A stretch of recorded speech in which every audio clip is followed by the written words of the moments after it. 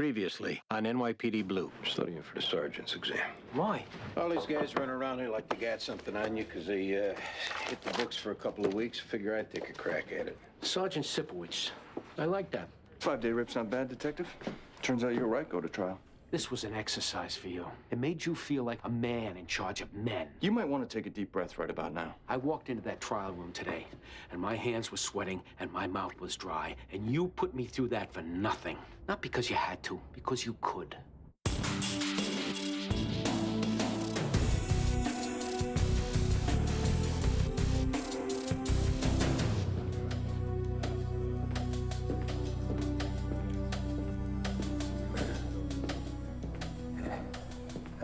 Sipowicz, I'm here for the sergeant's test. Proctors meet downstairs in the library. I'm here to take the test. What was it? Sipowicz? SIPOWICZ. Need to see your ID. Room 104. Thanks.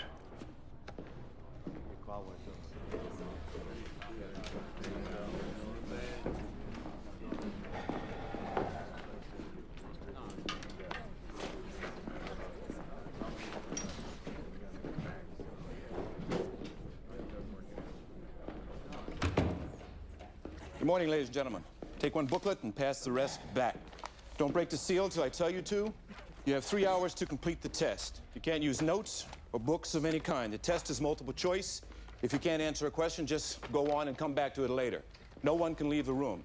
If you have to go to the John, raise your hand. Me or one of the other proctors will go with you. Any questions? You can begin.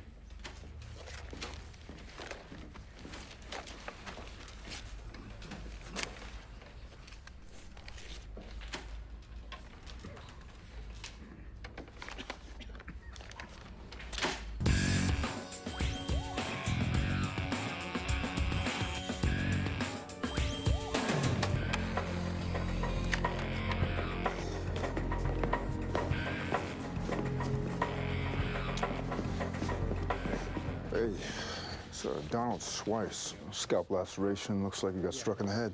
Who called it in? Furnace guy said he found the body a little after 7. Was he robbed? Well, he still had his wallet on him, and according to his driver's license, he lives in this building. Talked to a neighbor. He said Schweiss lived with his brother, Martin. Apparently, the brother's brain damaged. He in the building now? Yeah. When Donald's at work, he stays with the woman across the hall from them, Kathleen Halloran. They're in 8E.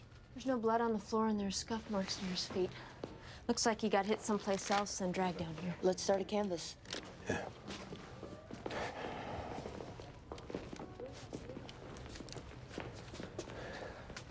So how'd the exam go on Saturday?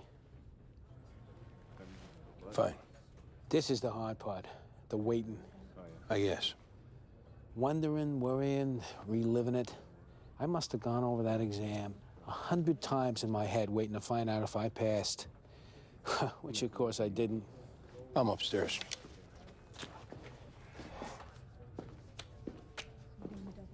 Catch you later. I was trying to be sympathetic.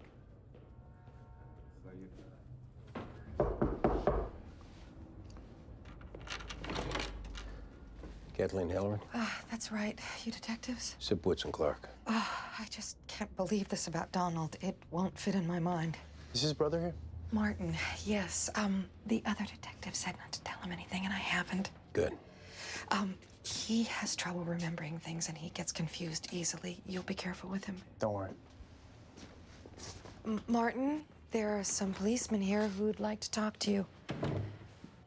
Hi, Martin. I'm Detective Sipowicz. This is Detective Clark. We need to talk to you about your brother, Donald. Okay. When's the last time you saw him? Donnie and I come over at 8:30. I stay with Kathleen. He goes to work. So you saw him yesterday morning at 8:30? Donnie and I come over at 8:30. And you haven't seen or heard from him since then? Donnie's at Elena's. This is where he goes. Who's Elena? His girlfriend. Martin, I'm afraid I got some bad news for you. Your brother, Donald, is dead. We found his body in the basement. Donnie's at Elena's? No. Who are you? I'm Detective Sipowicz. This is Detective Clark. Do you have any weed? I could really use some weed. We don't have any weed. Do you understand what I'm telling you? I'm gonna go watch TV.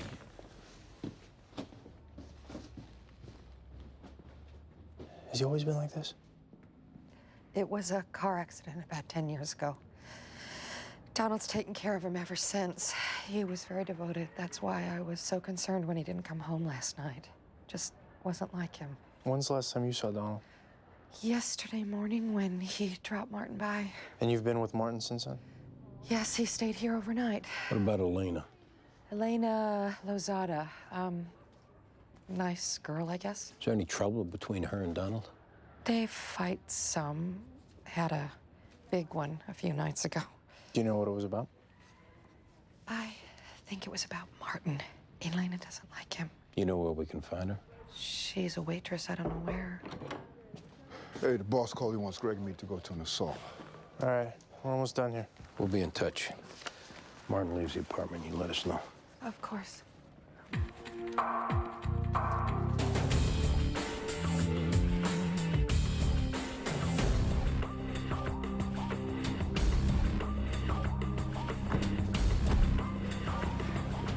James Westfall came here this morning, started moving into apartment 402. Then he shows up, Stanley Allen. He says he's moving into apartment 402. They start throwing punches. We're getting them separated. And a third guy shows up. He says he's moving a guy into apartment 402. It's all yours. All right, we're gonna keep this polite, all right? Mr. Westfall, you first. I was directing the movers when this person came up to me and demanded to know why I was moving into the apartment. My apartment. I explained I had rented the apartment some weeks ago. He grew belligerent that he knocked a stickly end table out of my hand. Things went from there. Mr. Allen, you claim the apartment is yours. Not claim, I have a lease. I have a lease too, you idiot! Mr. Westfall, who rented you the apartment? Okay, I found the listing online. The realtor's name is Jerome King. He showed it to me, and I gave him a security deposit and first month's rent right on the spot. How much total? $6,000.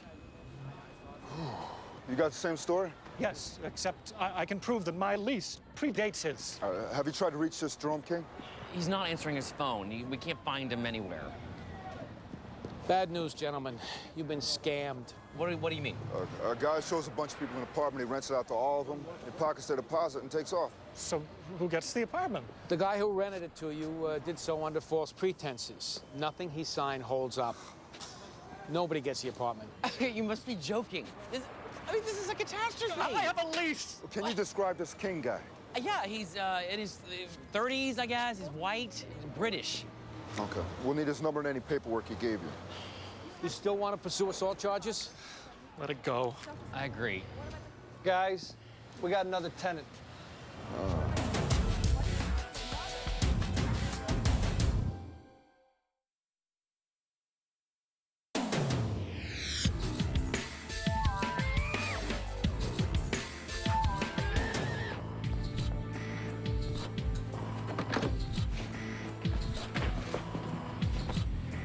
Any more tenants show up?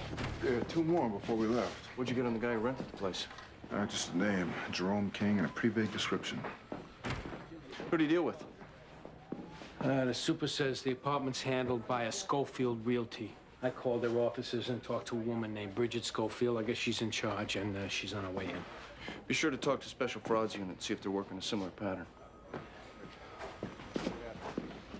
Anything on your DOA? We talked to his supervisor at work. Says Schweitz left there at 5 yesterday. It seems to be the last anyone saw. What about the girlfriend? Yeah, we got an address for where she works. Murphy and Ortiz want to go talk to her. I'd go on the exam. Fine. It's all about time management. Set aside the hard questions, then come back, which I'm sure you did. There's a couple I might not have got back to. Well, you leave 1 or 2 blank, doesn't matter. Might have been more than just 1 or 2. Oh, well, I'm sure it went fine.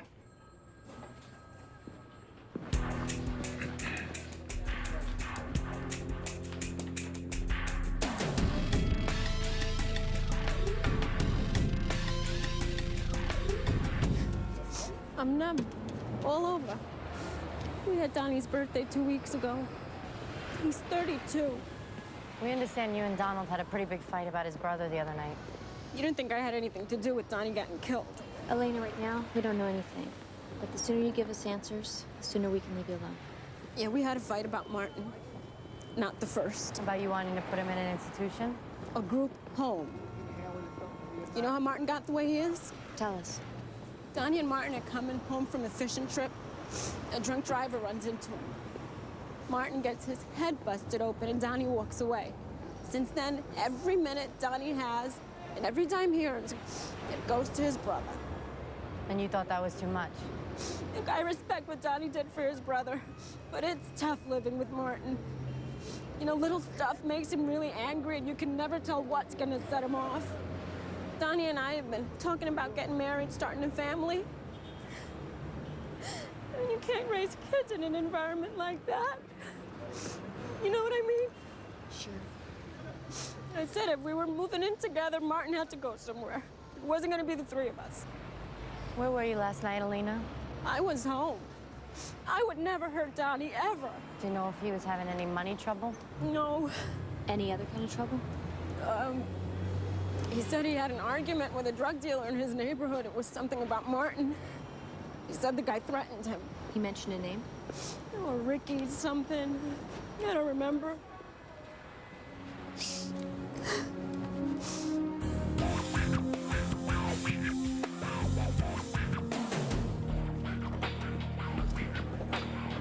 Where are you on the homicide? Narcotics identifies a dealer named Ricky Carson. He works a corner down the street from where the DOA lived. That's off the girlfriend's statement? Plus, the kid asked for some weed when we were there. Figures he knows the dealer. You don't think the girlfriend's involved? She was pretty upset. If she's lying, she's doing a good job. We're gonna pick up this Ricky Carson, find out what he knows. Let me know when you get him in. Can I help you? I'm looking for Detective Medavoy or Jones. I'm Greg Medavoy. Bridget Schofield. This is my partner, Baldwin Jones. Let's go talk back here. Typically, I handle sales of residential units. I should have stuck with what I knew. A cup of coffee? I'm fine, thank you. Have a seat. Why rent the one place? The owner had to go overseas and asked if I would sublet the unit while he was gone. He's a good client, so I said yes. No good deed goes unpunished, I guess. How'd you rent the apartment to Jerome King? He called in off the listing. Said he was a currency trader for an international finance firm and he had just been transferred to New York. How would you describe him? 30s, well-dressed, British, charming. You check him out? His references, his employer, everything was fine. And I assume those were all fake. Unfortunately, yes.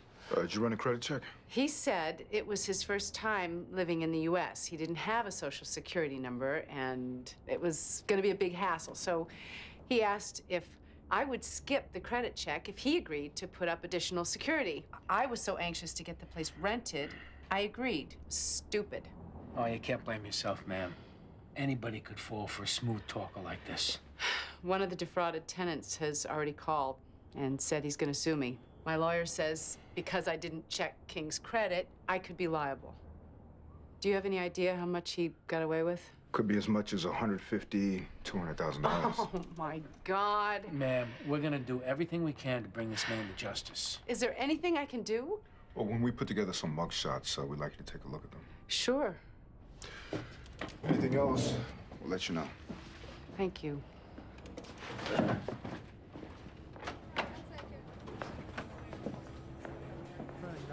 Don't you hate to see a nice person like that taken advantage of? Mm-hmm.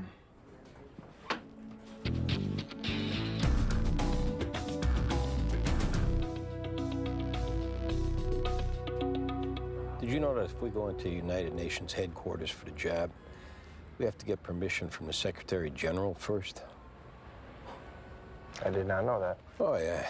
Because all the scumbags we go after, they love to hang out at United Nations headquarters. Is a question you nailed or one you missed? What do you think? Hey.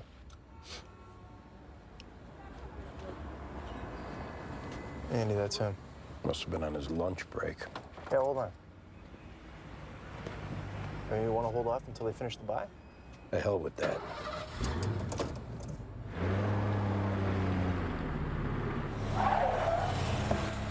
Hey! Hey! Put your hands on the wall, Ricky. You heard me. Let's go. Come on. Just keep your hands up. What the hell's the matter with you? I didn't do anything. Yeah? Come on, does jump in your pocket by itself? I ain't do nothing, man. Let's go.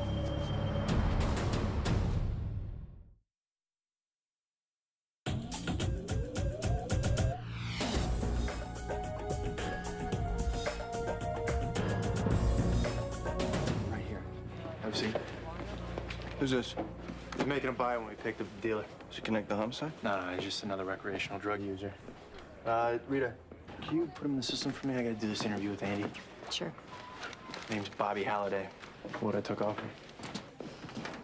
I'm Detective Ortiz. I need to call my dad. We'll get to that. Come on. Where are we with the rental fraud? Crime scene got some prints off the apartment. They'll run them now to see if anybody with a record jumps out. Anything else? The original listing for the apartment was on a website. I spoke to the guy who administers it. He says the ad was bought by a woman named Alyssa Pelican. He gave us an address. We're gonna bring her in. Well, let me know what she says. Good work, Detective. Thanks. We saw you pass the drugs, Ricky. Look, he showed me $1. I gave him some change. Nothing wrong with that. Ricky, any other day we'd lock you up just for telling such a pathetic story. Fortunately for you, we don't give a rat's ass about the drugs. I'm listening. Where were you last night? Home. Anybody with you? Friend of mine, Talisha. You know a Donald Schweiss? Not acquainted. That's funny, because the other day you got into a fight with him. Donald, the brother of Martin, who's brain damaged. You talking about Ozone's brother? Ozone? I called him that because he's out there. But I didn't get to no fight with his brother. I explained myself is all. All right, what exactly did you explain? Is my business off the table? Yeah. Look, Ozone's a customer. He buys some weed from me every now and then. Then his brother comes around all puffed up saying he don't want me selling to him anymore. Saying I'm taking advantage. I explained that I could sell to whoever I wanted to, and that his problem was with Ozone. You threatened him. Nope. Told him if he didn't lay off, you'd kill him. But why would I say that? I don't know. Maybe because Donald Schweiss turned up dead. Well, that's too bad. But that ain't got nothing to do with me.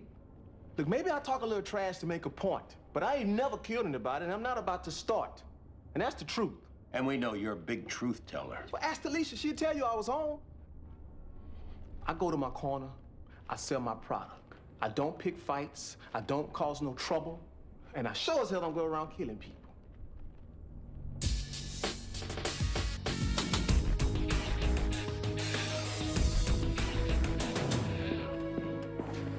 I need to talk to somebody. My son's been arrested. His name's Bobby Halliday. Sir, I'm Detective Ortiz. This is Detective Clark. We're handling your son's case. What's going on? I mean, Bobby called, but he was so upset, I couldn't get a straight story out of him. We observed your son buying drugs from the dealer. You sure about that? Yeah, I witnessed it myself. What kind of drugs? About a quarter ounce of marijuana. I thought you were just giving tickets for that these days. Not for the amount your son had, no. Look, Bobby is a kid. He's never been in any kind of trouble. He's 17, sir. He's an adult. Yes, chronologically. But believe me, I know him. He's a kid.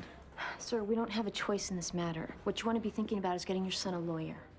Where is he? Downstairs in a holding cell. In a little while, I'll be getting him to central booking. He'll be processed there. With the murderers and rapists and God knows who? No, please. There's got to be another way. He cannot go in there. I'm sorry, sir, but at this point, there's nothing really that you can do. What will it take to make this go away? Sir. What'd you say? I said, what's it going to take to make this go away? Just come to my office. We can talk about it. Thank you.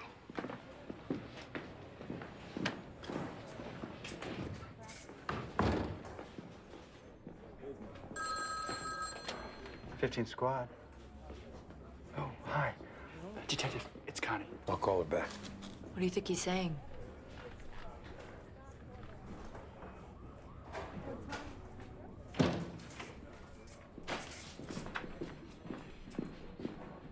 John, I'm out of yellow legal pads. Can you get me some more? Of course. Lieutenant, tell me you told Halliday he was about to do something really stupid and send him home. By something really stupid, I assume you mean the bribe offer? That's right. As a matter of fact, he repeated the offer and I accepted.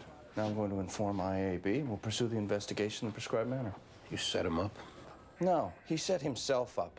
He made the offer. All I did was listen. Then you told him, go get the cash, come back here so you get wired up? That's how it's done. Incredible. Boss, this is not a bad guy. He's scared for his son. It kind of feels like piling on, Lou. We all heard him make the offer. When he did that, he became a perp. Lieutenant, when are you going to figure out this ain't IAB? We don't make people into criminals. We wait until they commit the crime. He committed a crime.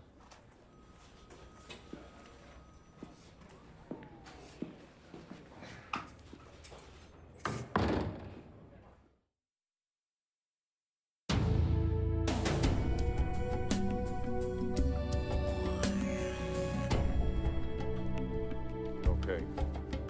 You're set. I need a minute with the lieutenant. Sure. Can you turn that thing off?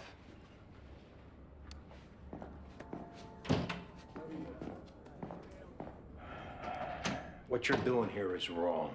We disagree, Detective. We'll leave it at that. I'm not talking about Halliday. It's wrong for the squad. How, exactly? You went after Medavoy, you're going after this guy. Now you got everybody afraid to do a damn thing because they're scared you're gonna screw him over. I made it clear we're going to obey the rules. That's why Medavoy got in trouble. You play things by the book, nobody's got anything to worry about. What, did you grow up in a crate? You can't run a squad that way. I think I know something about running a squad. You keep up like this, it's gonna come back and bite you in the ass. Is that a threat? Oh, for God's sake. I am trying to tell you that this squad needs to know that you trust them and that you got their back and that it's exactly what you're not telling them. Detective, with your record and reputation, you are the last person I would come to for advice on how to run a squad.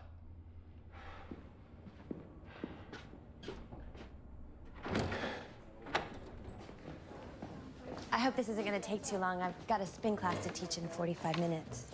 Alyssa, you know a Jerome King? Sure. He a friend? Little more than that, I guess. We've been seeing each other for a few months. He's not in any trouble, is he? Well, his name came up in an investigation, and we haven't been able to reach him. Anything you could tell us will help clear things up as far as he's concerned. Okay. How would you describe him? He's charming, a lot of fun, rich. Not that that's important. Is he English? He was born in South Africa, actually. Raised in England, but he went to school in Switzerland. Well, what did he tell you about his work? He does currency trading and banking stuff. Money. He works with money. Well, you ever mention real estate, selling apartments, renting them? No. When's the last time you saw him? 4 days ago. He went to San Francisco on a business trip. What's this about, anyway? Is that him? Yeah. This looks like he's arrested. His name is Eddie Palm. We found his fingerprints in an apartment that was fraudulently rented to a bunch of different people this morning. No, this is Jerome. Jerome's one of his aliases.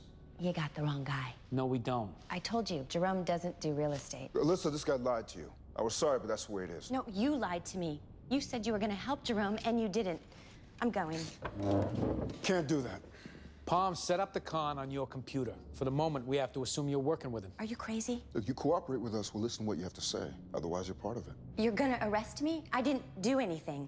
We'd like to believe you. I'm going, and you can go to hell. No. You're gonna go in here. You're kidding me. This is so unfair. What am I supposed to do? Think about what we said.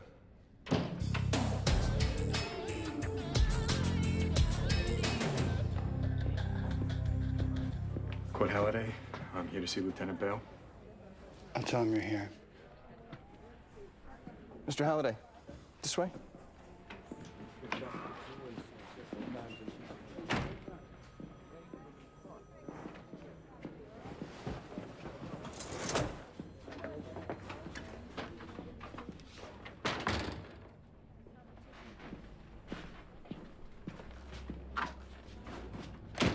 So, your son. Look, he doesn't belong in jail. It's not that serious an offense. Meaning you want him released? If that's possible, anything you could do, I'd be very grateful. All right. And? And what? The other matter we discussed. I don't follow. The money, Mr. Halliday. Did you bring it? What money? $5,000. You offered me $5,000 to get your son released and the charges dropped. I have no idea what you're talking about. I would never do anything like that. You made the offer an hour ago directly to me. I really don't know what you're talking about. Who got to you, Mr. Halliday? Was it Sipowicz? Did Detective Sipowicz warn you off? Nobody told me anything. I counsel the DA on prosecutions. Lie again, and I'll recommend she go after your son to the fullest extent possible. Who spoke to you? Nobody said anything. Get out of here.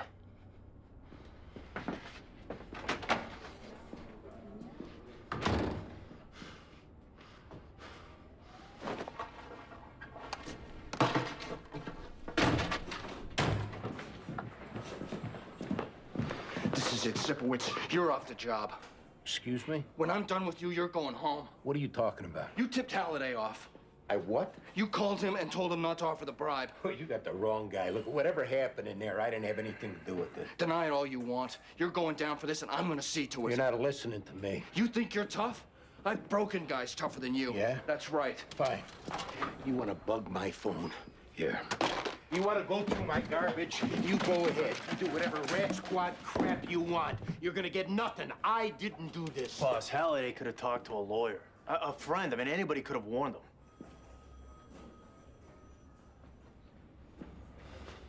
I hope that's true.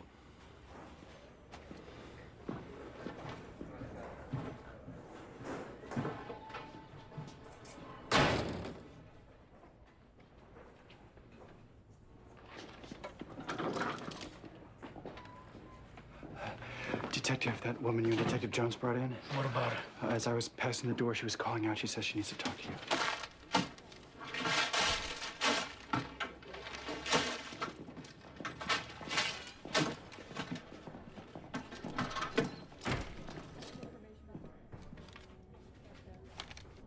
He never paid for anything. I mean, not once. We'd be at some fancy restaurant.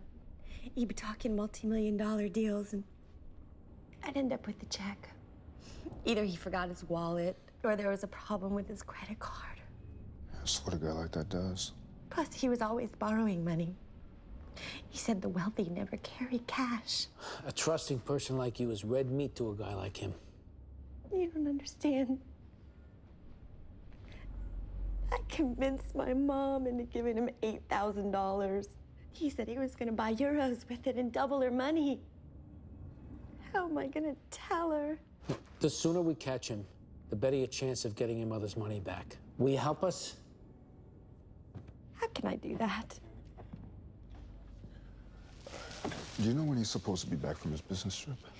He said this morning. All right, call him and tell him you need to see him because you have a wealthy relative that died and left you $100,000. Yeah, and you need advice on what to do with it. Yeah, we'll tell you where to set the meeting. We'll pick him up from there. Do you think he'll fall for that? Kind of guy he is, he won't be able to resist. Okay.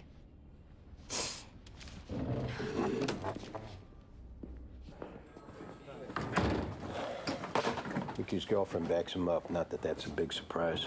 Yeah, I took another look at his sheet. I didn't see any violent crime. Yeah, I know. I talked to the neighbor who lives below the Schweitzes. She got my card off the canvas. She says she's heard Donald and Martin fighting a lot. Fighting, like arguing? Arguing, some scuffling. She said it sounded pretty intense. And Martin did most of the yelling. I dumped Donald's phone at work. He had a bunch of calls into a group home in Poughkeepsie. The manager said Donald reserved a place for Martin yesterday. And then went home to tell him? Sounds like it. We're gonna have to bring Martin in.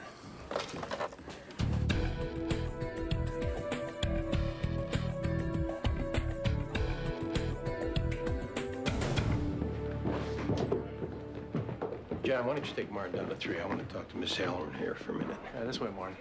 What's going on, Detective? Ma'am. Were you with Martin all day yesterday? I mean, particularly in the evening after 5 o'clock. I already told you. Yes. I understand you wanting to protect him.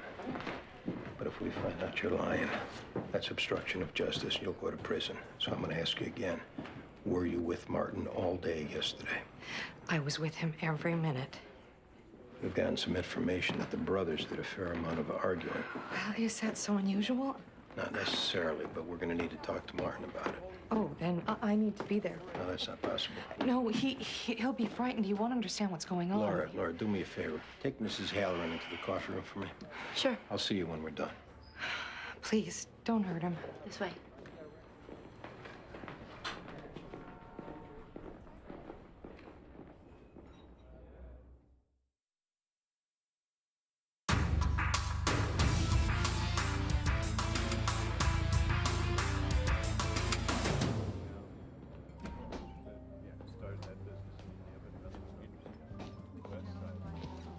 Alyssa.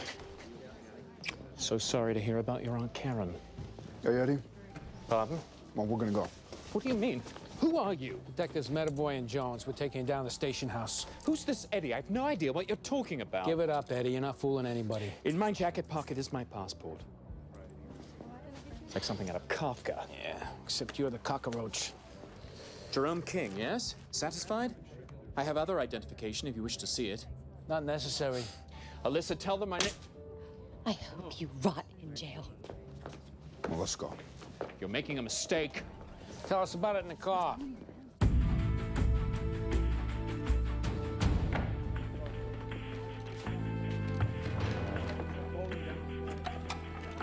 How you doing, Martin? Sandwich okay? We thought you might be hungry. I like it when the cheese is melted. Sorry about that. Where's Kathleen? She can't be here. Why not? Because we need to talk to you. Okay. Who are you? I'm Sipowicz. He's Clark. Okay. Martin, you remember last night? Donnie was at Elena's. I stayed with Kathleen. And Donnie wasn't at Elena's. Yeah, he was. Did you stay with Kathleen the whole night? No. She had to do something. I went to our apartment. It was before dinner. How long before she got back? I don't know. An hour? You and Donnie ever fight sometimes? Sometimes. Yeah, you get pretty mad at him? I guess. You ever get so mad at him you hit him? Do you have any weed? I could really use some weed. Martin, did Donald come home last night and say something that you didn't want to hear? No. Something that made you want to hit him? I told you Donnie was at Elena's. Martin, I'm thinking Kathleen told you to lie about that, but lying in here is not going to help you. Kathleen didn't tell me to lie. I'm thinking she did. No, she didn't. She didn't. Not about that.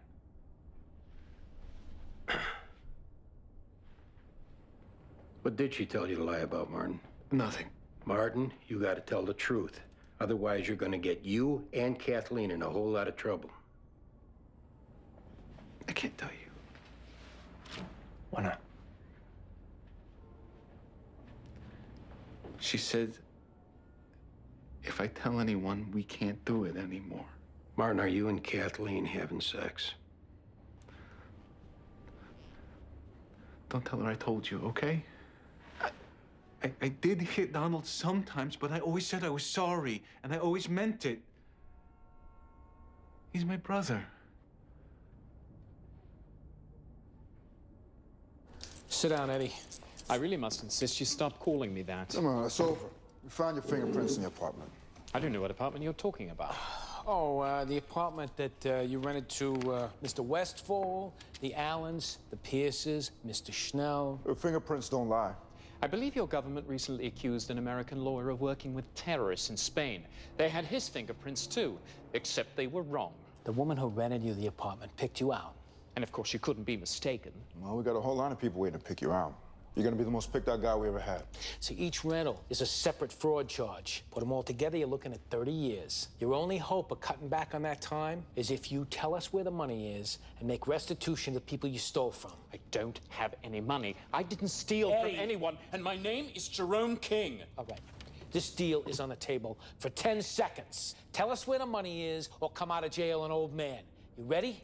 10, 9, 8, 7. You have no idea 6, what the press is going to do with this. 4, 3, 2, 1. Okay, for God's sake.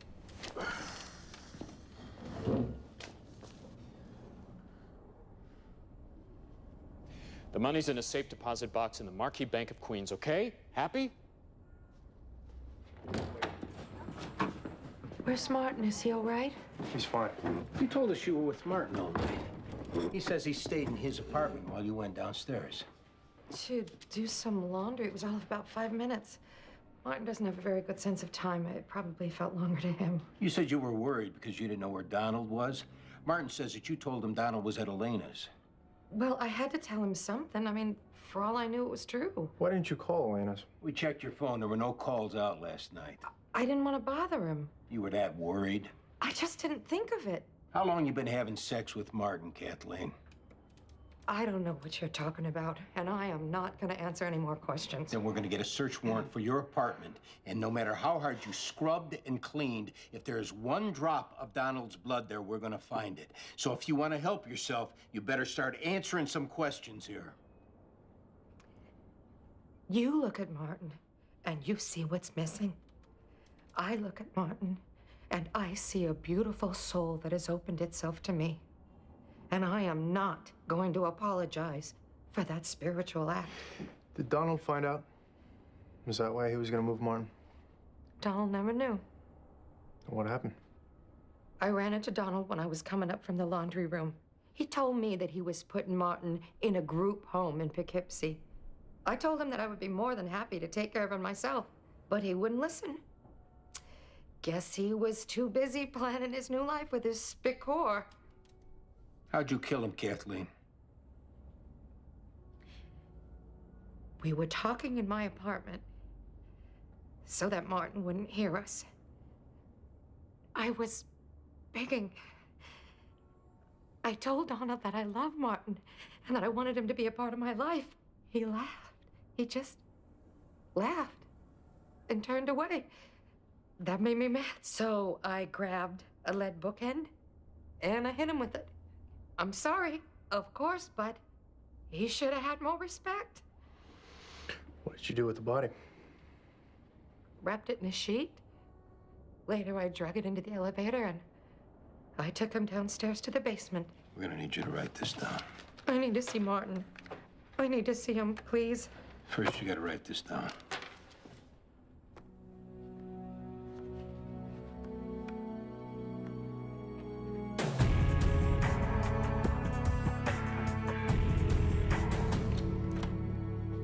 Hello?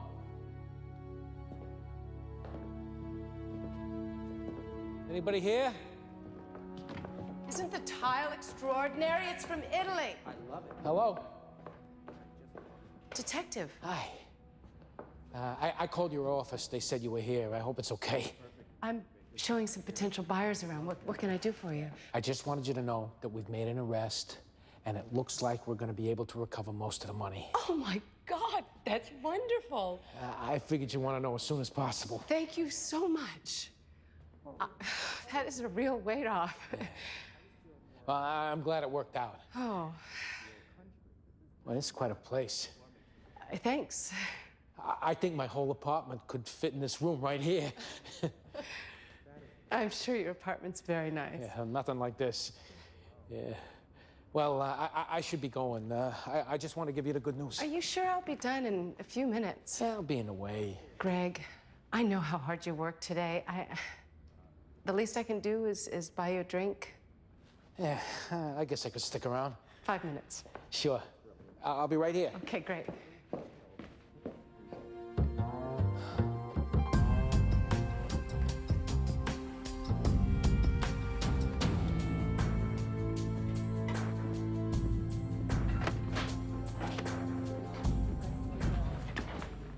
You finish up with the Halloran woman? Yeah, I'm taking him down to Central Booking. Call social services about the brother? They're sending someone. All right.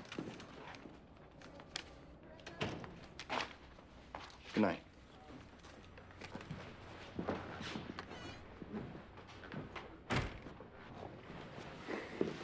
I'm gonna take off. See you tomorrow. Sick. Detective Ortiz, these came for you earlier. An officer downstairs signed them. He said there was no card. I thought it best to keep them in my locker until the lieutenant had left. That was smart, John. Halliday? I just couldn't watch him get set up. You did a good thing, Rita. Thanks. Sorry you had to take the heat for it. Don't worry about it. But watch yourself. Bail finds out, he'll come down on you. I know. See you tomorrow.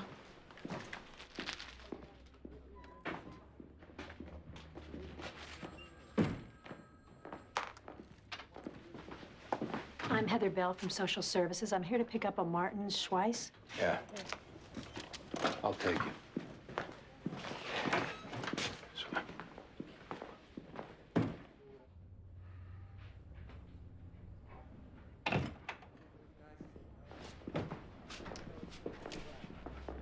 Martin, this is Heather.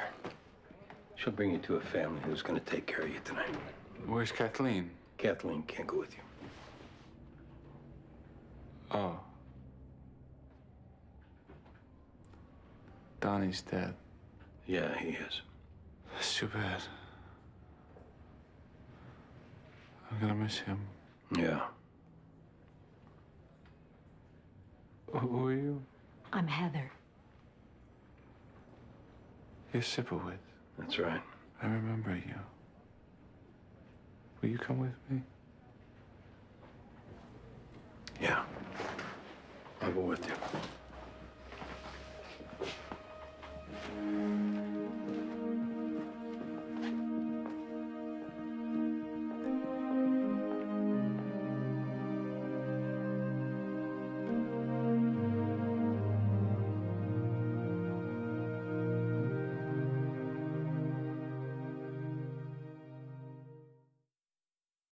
Previously on NYPD Blue. Sipowicz, I'm here for the sergeant's test. Proctor's meet downstairs in the library. I'm here to take the test. Good morning, ladies and gentlemen. Take one booklet and pass the rest back. Don't break the seal till I tell you to. You have 3 hours to complete the test. You can begin. I just wanted you to know that we've made an arrest, and it looks like we're going to be able to recover most of the money. Oh, my God, that's wonderful. I should be going. I just want to give you the good news. Are you sure I'll be done in a few minutes? I'll be in the way. Greg, I know how hard you work today. The least I can do is buy you a drink. Yeah, I guess I could stick around.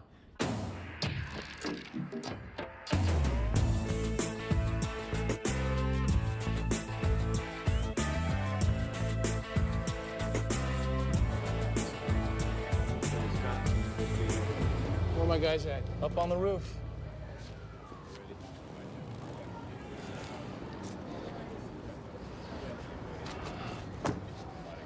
Who called it in?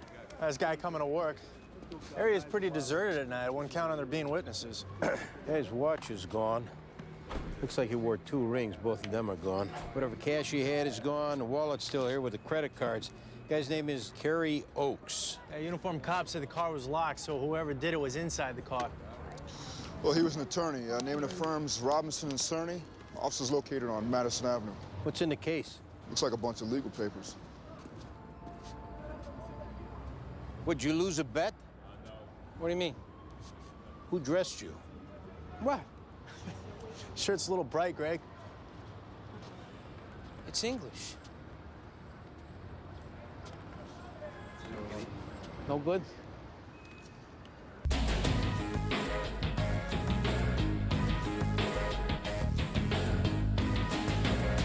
We have a time of death? We're waiting on the ME. Building security at Oaks' work has him sign out around 11. Yeah, we made a call to the senior partner of the firm. What about ballistics? Looks like he was shot with a small caliber gun, entry wound around the rib cage. No doubt about it being a robbery. They took his watch, his rings, his cash. Robbery squad says that there's been at least 3 robberies in the same general area over the past 4 months. All the victims were white males, 40, 50 years old, and a gun was used. We need more than that to make it a pattern. Yeah, we were only able to contact one of the victims. He's on his way in. You reading the chief? Connie's cousin is looking for something with sanitation. You're not looking for results of the sergeant's test, in other words? I think it's early for that. They're not in there? No. Well, it'll be 2 weeks at least. Right. Thanks, guys. We should hit whatever late-night establishments are in the area, see if our DOA was in any of them last night. Greg. Want a different tie, at least? What is this intense interest in my wardrobe? It is something of a statement, Metaboy. It's not a statement. It's a shirt and a tie. I think they're very nice, Greg. Thank you. Me too. I love the whole look. There you go. Got a report of a shooting in a schoolyard on Houston and Christie. Ortiz, you and Murphy respond. Tell me the truth. Do I look stupid? I don't know about stupid. I got a lunch with Bridget today. You look great. Are you just saying that because you want to get out of helping me find something else, or do you really think that? Come on, Greg, we got work to do. If we pass a clothing store, we're going in.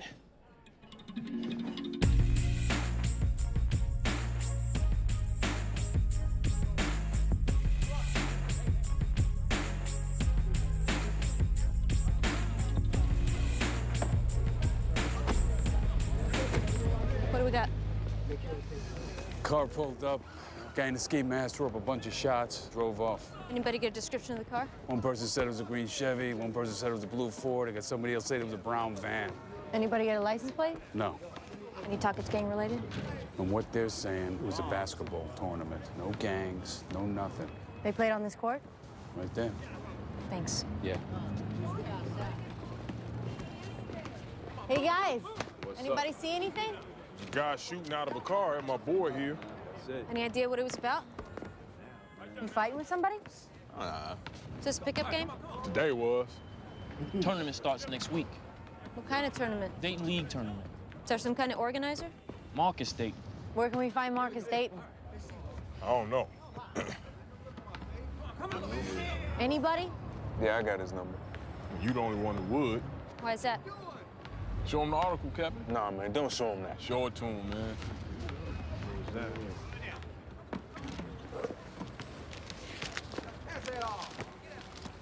The next LeBron.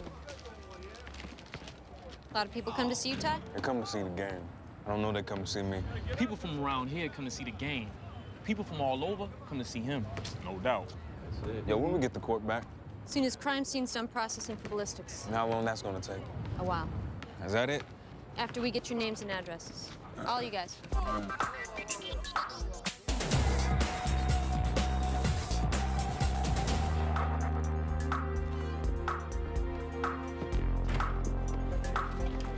Detectives? Where this homicide last night and these robberies happened, there's a couple of bars I don't know if you know about. Yeah, what about 'em? They're respectable from the outside, but basically they're hooker bars. Penis hookers or vagina hookers? Penis. The kind of places you go to meet someone, but quietly. Can I help you? I'm Russell Fain. I'm here to see either Detective Sipowicz or Detective Clark. Yeah, that's us. Right this way. This is over 2 months ago I was robbed. Yeah, we had an incident last night we think might be related. Should have a seat, Doctor. Can't provide you with any more detail than I did at the time. You said that the assailant was either white or Hispanic, in his 20s or 30s, medium build, medium height, and you weren't sure what color his hair was. I had a concussion. Where we come from? Nowhere. I was out walking. Now, you live at 975 West 71st Street. Was that between Broadway and Columbus? Columbus and Central Park West. And you were robbed around Greenwich and Warren. I didn't realize I needed special dispensation to leave the Upper West Side. Doctor, we're looking into whether or not there's a pattern of robberies here. It might help if we knew where the robbery victims had been previously. And what I'm telling you is where I had been was out walking. I do what a lot of New Yorkers do. I look at buildings, I look at people, I walk. According to the report, you weren't entirely cooperative at the time. Well, I knew I couldn't identify the guy. I didn't see the point. Wouldn't ride around in a radio car, wouldn't look at the mugshots. Are you chastising me, Detective? I'm trying to understand why. It was a traumatic episode, but I survived it. I lost an inexpensive watch, about $80 in cash, and whatever credit cards had been taken were immediately canceled. I saw no point in prolonging the aftermath. The only point would be if it led to apprehending the guy. I didn't see that as even a remote possibility. Then, now it's 2 months later, and I have no idea why I'm here. We think the same guy that robbed you robbed somebody else last night. This time, he also murdered him.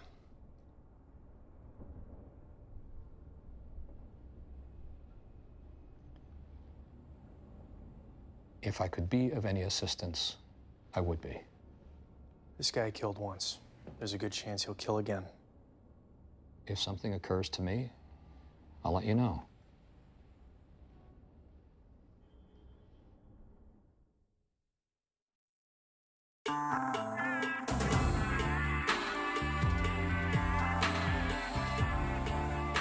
What can you tell us about Kerry Oaks, Mr. Cerny?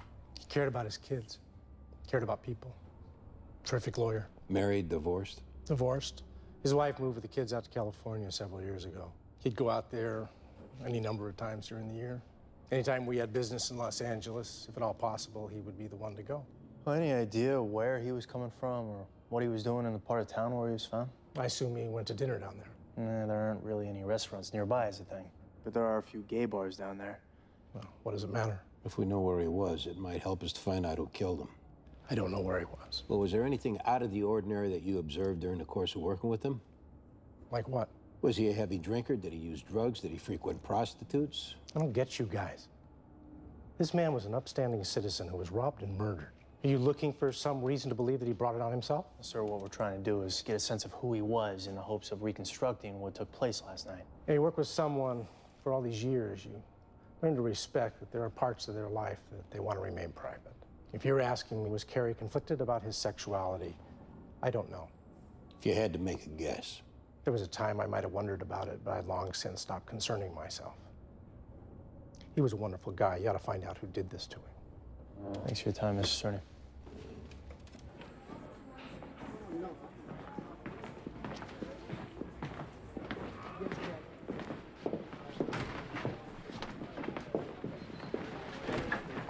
This is Marcus Dayton. Thanks for coming in, Mr. Dayton. Somebody shoots up my tournament, I drop what I'm doing. Why don't we go back here? Hey, Rita. This guy's a known gambler from way back. Big? He was on his way, then he took a collar for bookmaking, took another one for policy. Haven't seen him around in a while. Thanks.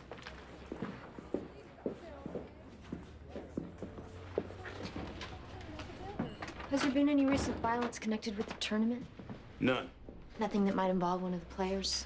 These are young boys wanting to play basketball and being given an opportunity to do so in an organized fashion. That's why it's such a shame. How about gangs? Any chance this is some kind of a turf war? This ain't got nothing to do with no gangs. Does it have something to do with gambling? You know who Holcomb Rucker is? No. Worked for the Parks Department. Started a basketball tournament in Harlem with his own money. So young boys up there have something to do aside from drugs and criminality. No one's criticizing you for organizing the basketball tournament. The Rucker tournament is world famous today. All the greatest stars from the NBA. Come summertime, they make it up to 155th Street to play against the Jackie Jacksons, the Earl Manigaults. Holcomb Rucker started it. Now, I'm looking to do the same thing in my time he did in his. And no ex-ball player crying about his lot in life, but a gun's gonna stop me. Who are we talking about? Think I'm gonna leave that one alone for right now. You're telling us there's someone you suspect, but you're not gonna give us his name? What is that? I got no hard proof, you understand? Give us a name, Mr. Dayton. Ty Newell, 16 years old. Could be the next Sebastian Telfair. He's got an older brother, Stanley. He don't want to see Ty get nothing he didn't have. If I was you, he'd be the first place I'd look.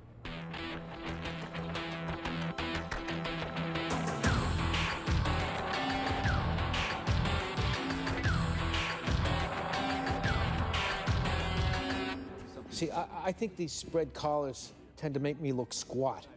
Come on, Greg, we don't have a lot of time. And then there's a whole issue with stripes. And I thought that the vertical stripes were supposed to make you look taller and thinner. Is that not the case? I don't know. I never really thought about it. Look, I don't want to go to this lunch thinking I look like a clown, okay? Okay. So what kind of a shirt am I best off going with? I don't know, I'd say solid blue or white. Good. Let's say blue. Yeah. And what about the tie? What, you got a gray suit? Go to a nice blue tie. Good. Nice blue tie. Good. This one? Yeah, sure, that's good. You didn't think about it long enough. This one? Good. Thank you. pocket square.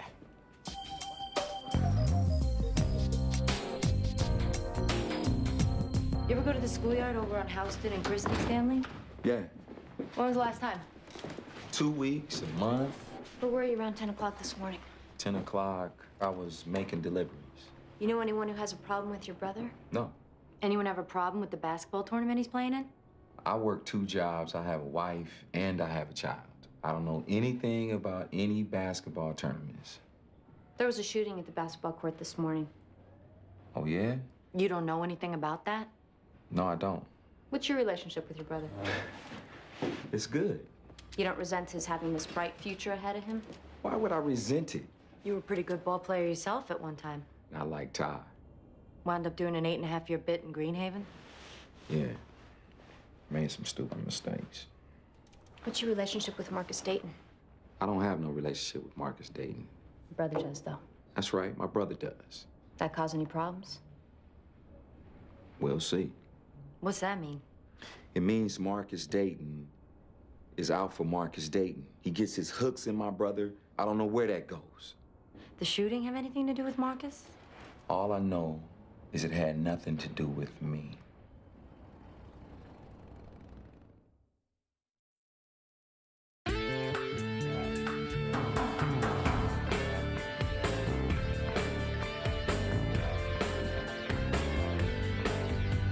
Hey.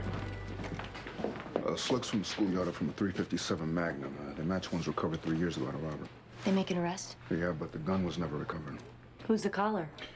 His name's Lucas Benchley. His last known address is 1440 Grand Concourse. Thanks, Ball. You got it?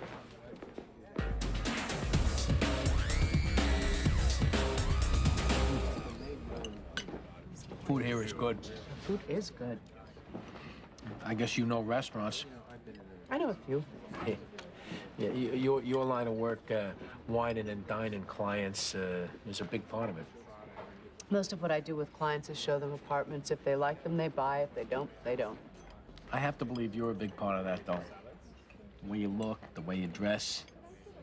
Speaking personally, I would put a lot of faith in what you have to say about things. Most people shopping for a home, looking to spend the kind of money these places cost, like to at least think they know what they're looking for. At some point, I may be in the market myself. Really? Long Island was good for raising kids, but at this point, I think I prefer being in town. Have you thought about what section? I don't know. Battery Park City is on the river, so that's nice. I also like the area around Lower Fifth. There's some beautiful buildings on Lower Fifth. Yeah. Well, if you find something interesting, maybe you could show it to me. I'd be happy to. Sorry, sir, your car's been declined. Put it through again. Put it through several times. Is there another card you'd like to use? Actually, that's the only one I brought with me. Why did I put this on my card?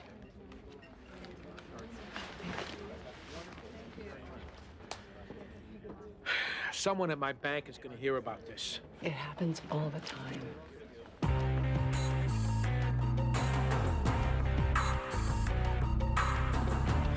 Oh, sorry. How's the outside world treating you, Lucas? Real good. Staying out of the armed robbery business? Something happened you looking to make me attributable to? Asking the question. Like the business back then was youthfulness and foolishness, all right? I got a whole different program going on today. What program is that? I got a hip-hop DJ business, you know, provide entertainment for private parties, corporate functions, you name it. Where were you this morning? Okay, this morning I met with Mr. and Mrs. Alan Birnbaum and their daughter Mindy about making plans for her bat mitzvah. What time was that? I was at their apartment on East 72nd Street at 9:30 on the dot, and I stayed there about an hour and a half. Been down to the schoolyard on Houston and Christie recently? I don't even know what that is. Somebody shot it up this morning.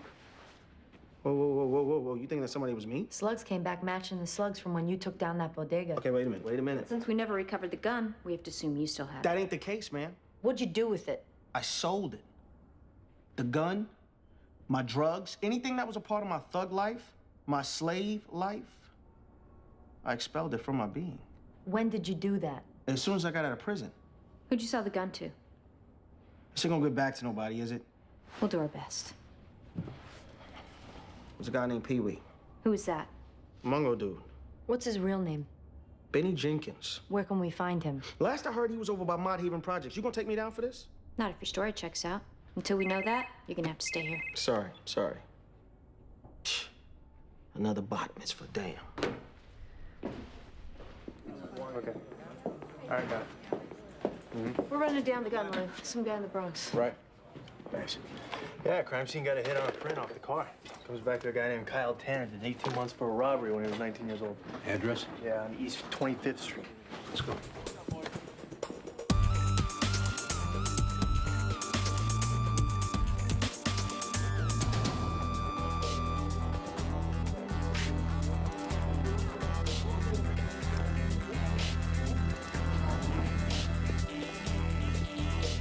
Whoa! Hey! Pee-wee! I'm moving. Stay where you are. Let me see your hands. Step out of the truck. Man, what I do? Keep your hands up. Hey, all right. You got any guns in there, Pee-wee? No, I ain't got no gun. Yeah? We searched the back of this truck. We're not gonna find any. Man, I ain't give you no probable cause to be searching the back of this truck. You got a bill of sale for that sheet metal? Man, why you want to torment me like this? Where were you this morning, Pee-wee? I walked my dog, then I went to see my mother at the nursing home. I played a game of dominoes at the nursing home. I came over here to meet a guy I want to buy some of this here scrap. What guy? Guy from Barbados. Probably got scared off seeing the two of y'all. Here's the thing, Pee-wee. We got information you bought a gun that was used in a crime. If you didn't do the crime, maybe you sold that gun to someone who did. Either you tell us who that was, or we're gonna place you under arrest, impound your truck, and have animal control take your dog.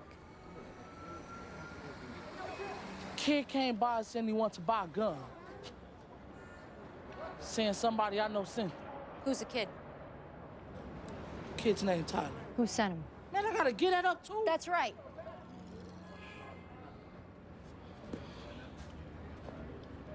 Marcus Dayton.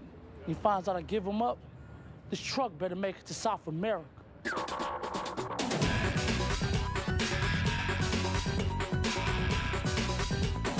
Where were you last night, Kyle? Rented a movie. What'd you see? 13 going on 30. More or less a chick flick, but I have a thing for Jennifer Garner, so that's why. Anybody with you? No, sir. Never in the vicinity of Greenwich, south of Chambers?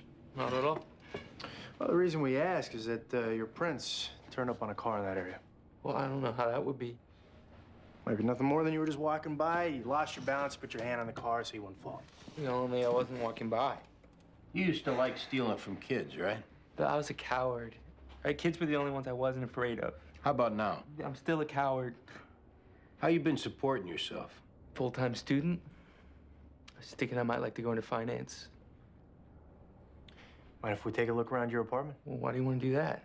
Just to rule you out from any involvement in this car thing. Hey, what kind of a car thing are we talking about? Guy was robbed. I don't know what to tell you. I don't do that kind of thing. You got a gun you don't want us to find? No. So what are you so afraid of? What happens if one of my friends had a buprenorphine drop out of his pocket? You find it behind one of the couch cushions. What then? I get busted? We're looking for a gun. That's it. Anything else? It's our little secret. What happens if I say no? And I pick up the phone, I have someone in the DA's office get a judge to issue a warrant. We have to go that route, though. Any inadvertent substances we find have to go in the report, and you take your chances. If you want to look through my apartment, look through my apartment. I got nothing to hide.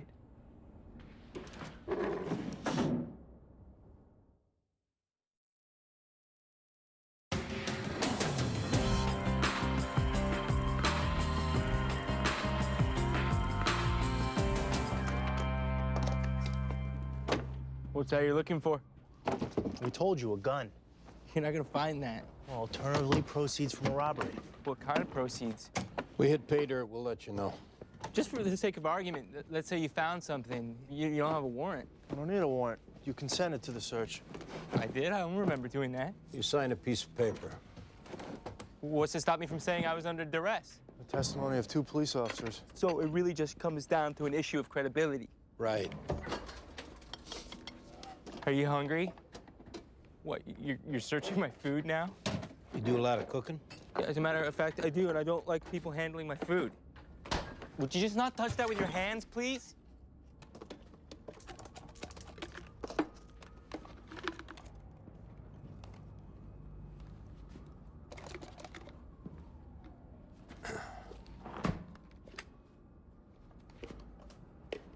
These credit cards for when you don't feel like cooking?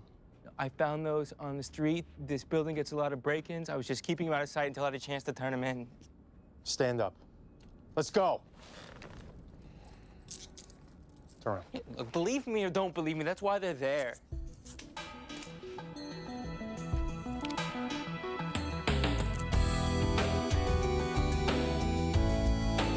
Who did you give the gun to, Ty?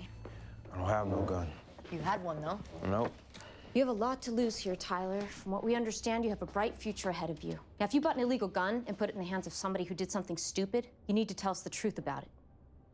Did you buy a gun, Tyler? Yeah. What kind of gun was it? 357 Magnum. Where's that gun now?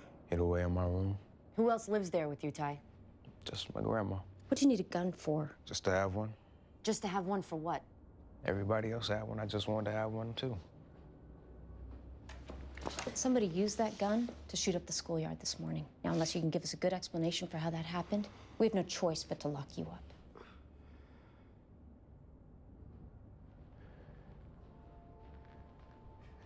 It had to be my brother Stanley. Why do you say that? My grandma found it and give it to him. How do you know that? He told me.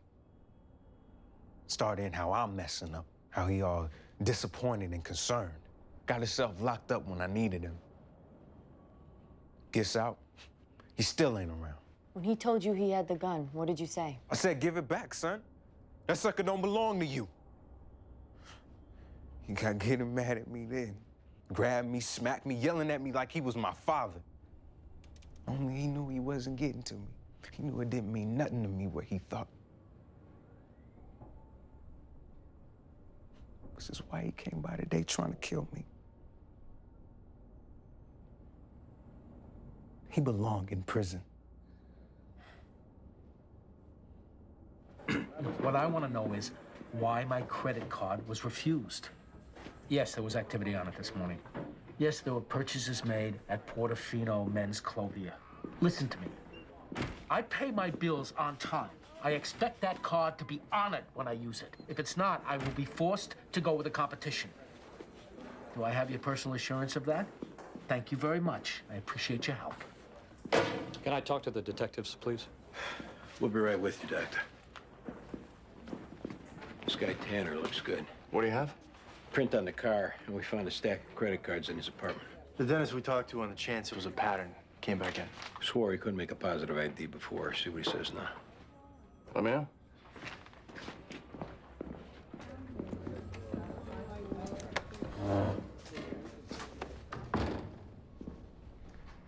I have a good dental practice. I have elderly parents. I have a wife and 2 kids.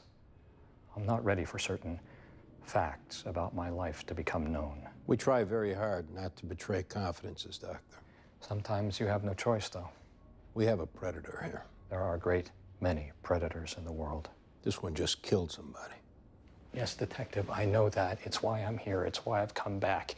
Even though more than anything, I would like not to be involved with any of this. What can you tell us about the guy who robbed you? He was young. He was attractive. I met him at a bar named Randolph's, where people like me go. What happened after you met him? We talked, we flirted. After a while, he asked if there was somewhere we could go. I had my car parked nearby, so we went there. I remember after he got in, I looked at him with the streetlight coming through the windshield. He smiled. Then he took out a gun and beat me until I passed out. Could you identify him if you saw him again? Yes. Would you be willing to pick him out of a lineup? Yes. Would I have to testify in court? If we get him to confess, chances are we won't need you to. Obviously, I'd be grateful if I didn't have to. But I'll do whatever you need me to do.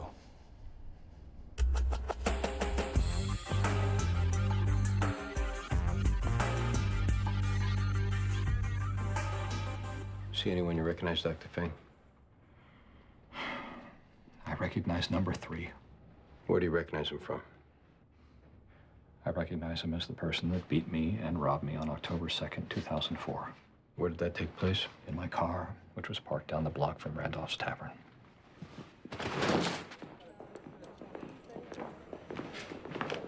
Well, you got 2 choices, Stanley. Either admit it was you with the gun, or we lean on your grandmother till she admits giving it to you. How much leaning did you do on my brother? Not much, I bet. Some people get a little pissy when you try to kill them. You recovered 6 bullets altogether? Why? Those bullets went exactly where I aimed them. If I wanted to kill him, he'd be dead. Then what was the point? What's the difference? It ain't gonna make no sense to you what I say anyway. Try us. I couldn't stand to see him do what I did. You went to prison for selling drugs, I didn't get there all at once. All right, when I was 16, I was the star 2 guard for my high school. I had all kind of people wanting to know me. Coaches coming from Duke, North Carolina, Marquette, Syracuse, Kentucky. I could have played for any of them. Why didn't you? Because I went for the short end money instead. I fell for the empty promises, the quick trim that whatever big shot it was back then offered me. Same as my brother working for Marcus Dayton, shaving points or throwing games. I was working for him until he didn't need me no more. And by then it was too late to go to college. I wasn't near able to turn professional. Where's the gun now? You never see it coming. You 16, you got a quicker first step than anybody on the court. Ain't nothing gonna ever go wrong. And I needed him to know that it does. If you ain't careful, it goes way wrong. Where's the gun, Stanley? I threw it in the river.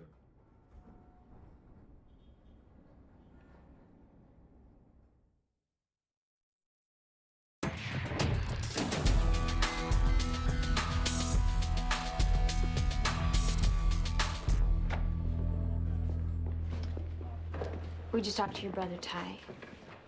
Might be good if you hear what he has to say. How come he ain't locked up? That's what you want? Yeah, that's what I want. We think your brother was just trying to scare you this morning. You allowed to scare somebody by shooting a gun at him? No. Then lock him up. He had reason to be concerned. Yeah, because I'm gonna wind up with an NBA contract. Have my name in the newspapers, and he's still gonna be driving that nasty old car with blankets on the seats. And that's why he'd be concerned. You think I don't want to see good things for you? That's right. The one thing that kept me from messing up in prison was you. Yeah, sure. It's true. I had people keeping an eye out on you never knew about. I heard all about what you was doing. Yeah, and that makes up for everything. I'm not saying Help that. out Grandma with a few dollars. You don't need to see me but once in a while. I got family to take care of, Ty. I thought I was your family. You are. You've been marked absent my whole life. And coming around now talking to me about my friends, how I conduct myself, you ain't earned the right. Maybe not. But there ain't nothing behind it, bro. Ain't nothing but words.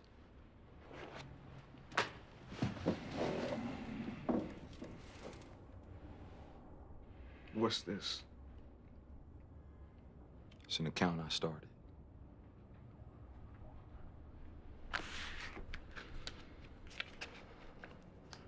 Stanley knew.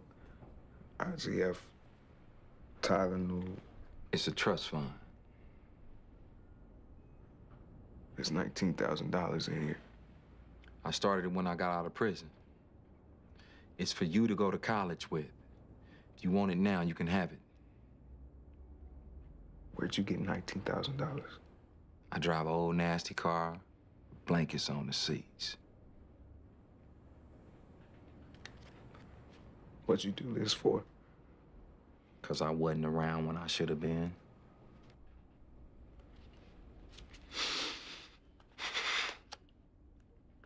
Ty, I'm your big brother. And I love you. You don't know nothing else. You gotta know that.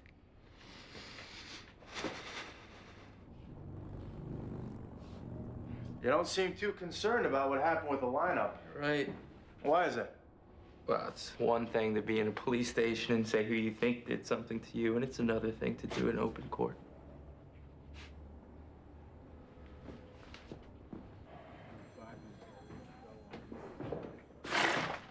What are you doing? Give us a little privacy. Privacy? What for? You're counting on your victims not testifying. I don't have any victims. You work bars where guys went who were in the closet deep. Men with families and jobs and lives that they didn't want disrupted. They were willing to walk away from being robbed and beaten and not pursue it rather than have it come out what they were doing. How come you know so much about fags, Detective? You're gonna tell us about those robberies, Kyle. You're gonna tell us about the robberies. You're gonna tell us about what happened last night. I don't know what you're talking about. Don't say it. I don't know what you're talking. Don't you say it. Because every time you say something that's not true, you're gonna get hit. Just want to think about what you're gonna say before you say it, that's all. I didn't rob anybody. Stop hitting me! Stop. I just got started. You're not allowed to do that. Who's gonna know? He can do it without leaving a mark. It's amazing. You want me to tell you that I robbed somebody when I didn't? I want you to tell me the truth. Truth? Think about it now. Okay, I robbed a couple of guys. What happened last night? Nothing. Before you force somebody that you robbed to go on the witness stand, I will send you straight from here to the emergency room. Do you understand me? Please don't let him hit me. Kyle, the only thing on this earth that's gonna stop him from hitting you is you telling the truth. He went nuts. This was when you were robbing him? He started yelling that he didn't care, that it didn't matter anymore, that he already lost his wife and kids. And it didn't matter. Whatever happened, happened, but he wasn't gonna take it like some sad old queen. So you shot him? I didn't have a choice. He was bigger than me. Say you shot him, Kyle. Say it. I shot him. It was his own damn fault. I'll write it down.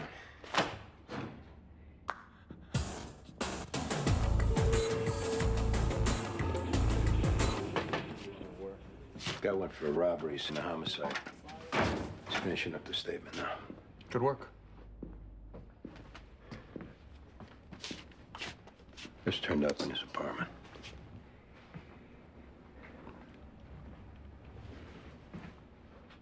A guy like this, there's a good chance that he was dealing in stolen credit cards from who knows how many sources.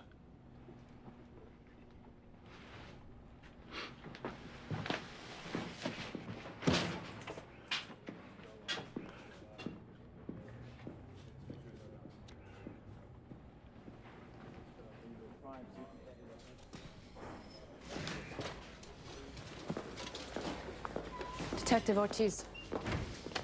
Oh, thanks for coming by. We're hoping you can let it go with Stanley. My boss gets a little funny about firing guns in playgrounds. Not that he showed the best judgment in the world, but I think he was careful to see no one got hurt. And I think he did it out of desperation. What do you think, Lieutenant? What are we talking about? Letting it go with Stanley Newell. It's reckless endangerment, but with his priors, it could be bad. What's the situation on the paperwork? Are we tied to anything? Not yet. Oh, why don't you guys work it out? We'll get you what you need. Excuse me. Sure. Hi. You're kidding, right? Well, that's just great. Did you at least try and get out of it? Okay. I understand.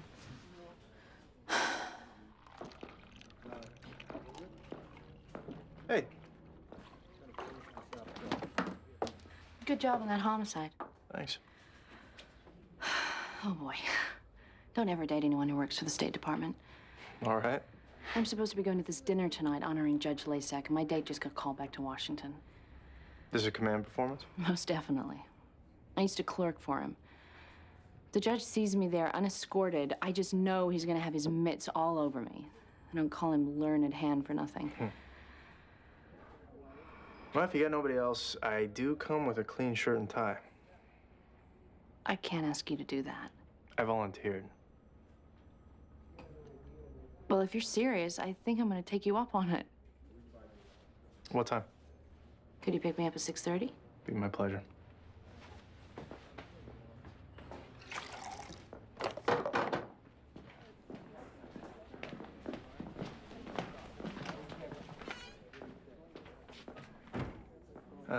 Andy, something's come up. Would you be able to knock out the fires for today? You got a social engagement? Yeah, she asked me to do her a favor. Sure. Thanks.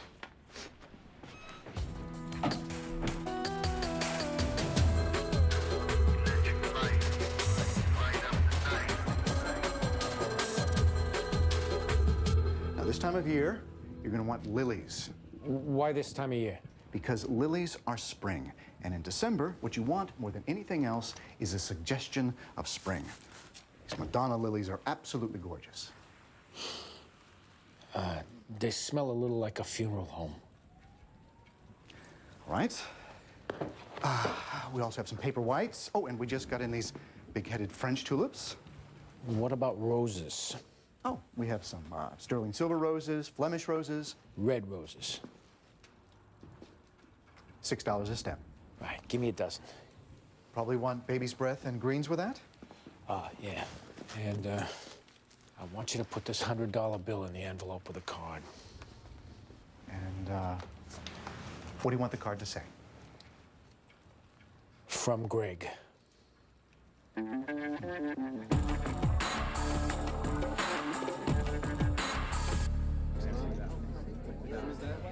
Up there with me this weekend. I'm certain you'll have a good time. It could be a good career move for you. I can introduce you to all kinds of very influential people there. Hey, will you? Could you talk some sense into her? I can try. Oh, come on, Judge. There's a weekend retreat at the Mohonk Mountain House for training prosecutors and judges in handling terrorism cases. I think she should attend. Remember Valentine's Day? Yeah, it was great.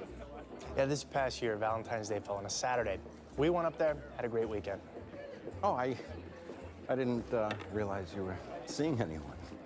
Well, we're keeping it quiet as much as possible because of work. Yeah, I understand completely. Excuse me, they're waiting for you on the dais, Your Honor. Oh, okay. Nice meeting you, Detective. Great to meet you, Judge.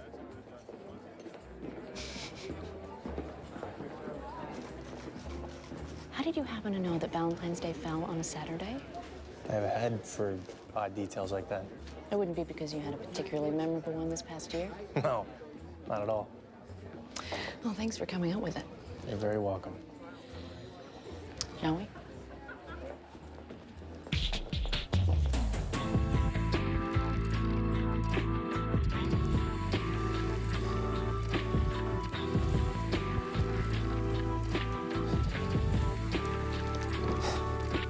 Detective. Have you told anyone?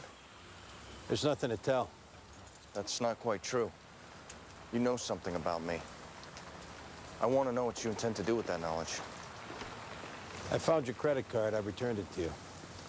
I don't know anything more than that.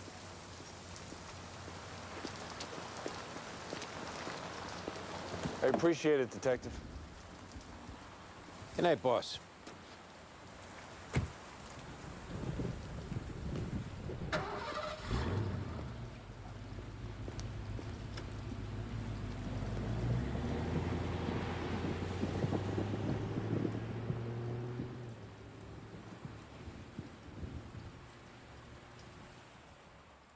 Previously on NYPD Blue. Most of what I do with clients is show them apartments. If they like them, they buy. If they don't, they don't. I have to believe you're a big part of that, though. The way you look, the way you dress. Speaking personally, I would put a lot of faith in what you have to say about things. At some point, I may be in the market myself. Really? If you find something interesting, maybe you could show it to me. I'd be happy to. Sorry, sir, your card's been declined. Why did I put this on my card?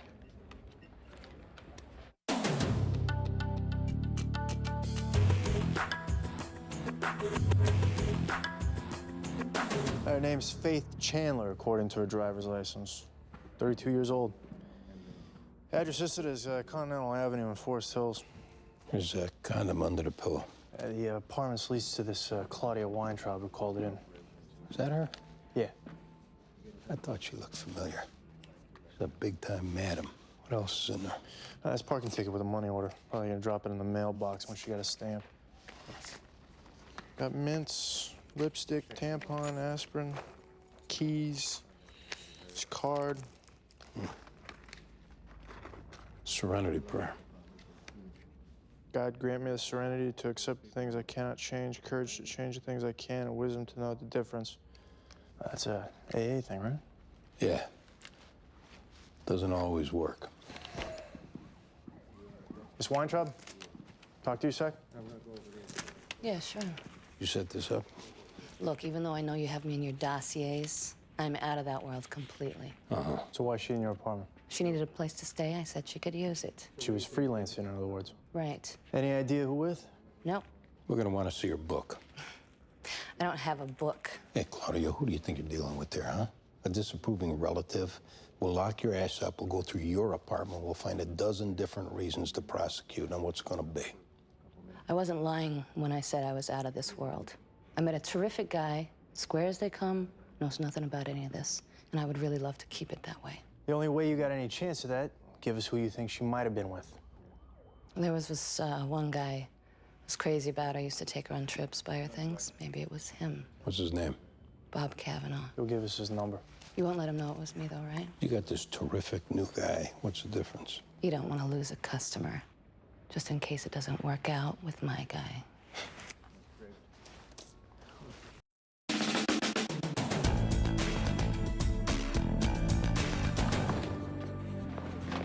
Can I help you? I'm here to see Detective Medavoy. Hey. Bad time? Not at all. You had mentioned being interested in an apartment, and I found one that I thought might work for you. Oh, yeah? It's on 3rd Avenue and 16th Street. Lots of light. It's not huge, but I figured if it's just you, it might work. Great. It's a lease with an option to buy. I know the seller is motivated, so I thought the sooner you saw it, the better. By soon, you mean this week, this month? With apartments, Greg, soon means today. Oh. Then I'll see it today. Can you come at lunch? Yes. Right. Meet me in front of the building, 12 o'clock. We got a report of a homicide. 455 Great Jones Street, 3rd floor. Ortiz, you and Murphy are up.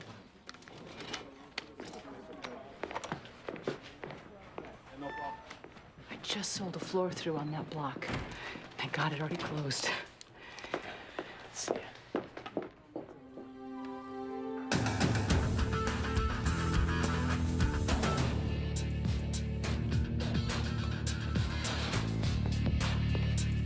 You own the building, Miss Kunitz? Since 1961.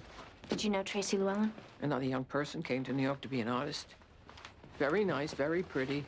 Absolutely no idea what it takes to survive on her own.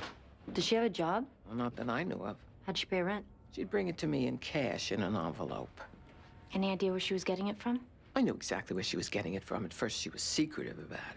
We would sit and have tea, though, and gradually she couldn't hold herself back from letting me know that she was seeing this well-known designer, industrial designer, whatever that is.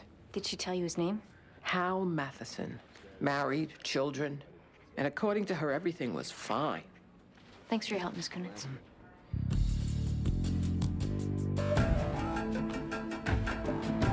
So, what's this about? There was an accident on the Grand Central Parkway. Someone got a partial plate that came up as possibly belonging to you. I wasn't anywhere near the Grand Central Parkway last night. Where were you? I was at dinner with a friend. Yeah, where was that? Restaurant called West. Who was a friend? What's going on here, guys? Just standard questions. I don't think so. You know someone named Faith Chandler? What happened to her? What makes you think something happened to her? Hey, stop playing cat and mouse with me. I want to know what happened to her. She was killed. What was your relationship with her, Bob? It started out she was just a hooker, you know. Here's $1,000, honey. Jump rope for me. That changed, though. I started to care about her. I started wanting to have her around me. I took her to Paris. I took her to Tokyo. I left my wife. She was still just a hooker, though. Well, you think that put me off her? I liked her being a hooker. You liked it, and you didn't like it. Yeah, maybe the sex got a little rough. Things got out of control. Next thing you know, you got your hands around her throat. I haven't seen this girl. It'll be 2 weeks this Friday. I know this because I have made an effort to not call her, and I've been keeping track of it. Fact is, I could have stopped her from being a hooker. Couldn't stop her from being an alcoholic.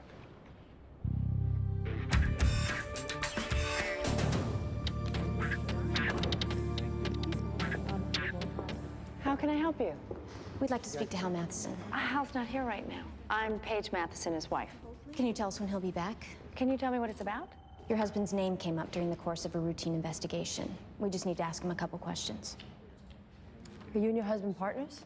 That would be giving myself entirely too much credit. I'm just his office manager. What kind of work did your husband do?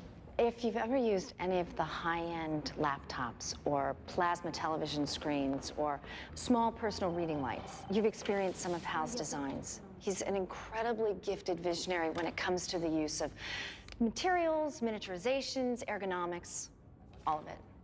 Paige, Hal's on the phone. Speak of the devil. Thank you. Hi, sweetie. Where are you? There are 2 detectives here to talk to you. I know it sounds very ominous, but they seem very nice, not to mention pretty. He's just leaving his meeting now. Will you wait for him, or do you want him to meet you someplace? If you could meet us over at the 15th Precinct, that'd be great. 111 East 5th Street. If you could meet them at 111 East 5th Street, yeah, I want to hear all about it. Bye, sweetie. He can be there in half an hour. Great. No flirting.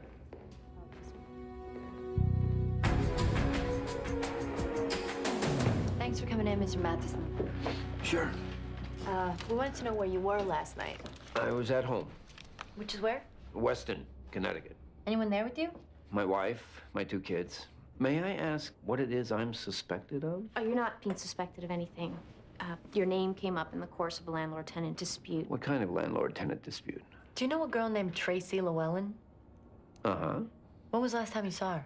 A few days ago. What's your relationship with her? How is this relevant to a landlord-tenant dispute? Are you paying her rent? Assume that I am. That's how it's relevant. Are you romantically involved with her? I'm not going to answer that. What kind of dispute is she having with her landlady? Tracy Llewellyn was found dead this morning. Oh, my God. We're looking into any possible motive someone might have had for killing her. Can you help us with that, Mr. Matheson? How could anybody kill her? Were you having an affair with her? For how long? About a year. Does your wife know? No. Anyone in your office? No. Could it have been a robbery?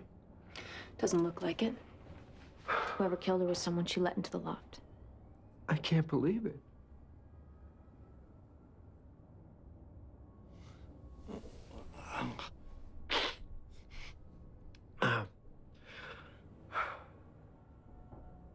Obviously, the important thing is to find out who did this, but is it necessary for my wife to find out about our relationship?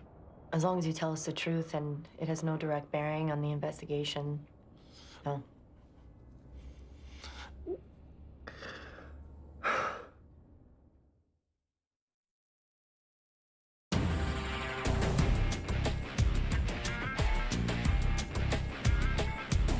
Yeah, we got a dump on your DOS phone.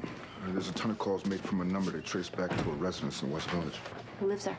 Annabelle Matheson. Matheson? Yeah, 561 St. Luke's Place.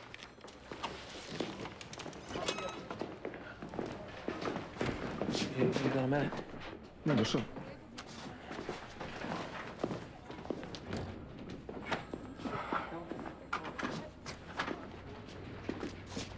Last week, I went to lunch with Bridget, and I told her I was interested in buying an apartment in Manhattan.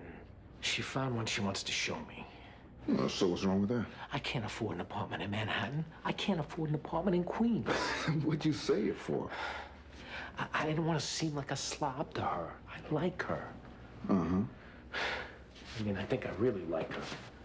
Well, from what I can tell, she really likes you. Yeah, only she's around people with money. People who buy co-ops and buildings with doormen who wear uniforms. She knows that's not you. She went to the trouble to find an apartment for me. She doesn't know it's not me. Greg,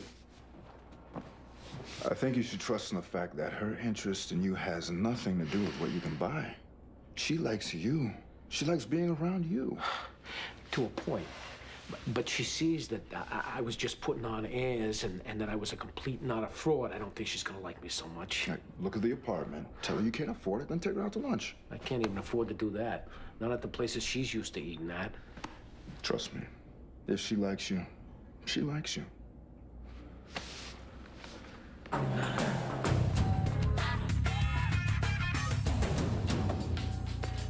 Well, looks like Annabelle's got the top floor.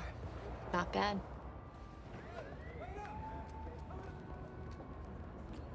Bad boy, Hal. Not your typical bad boy, though.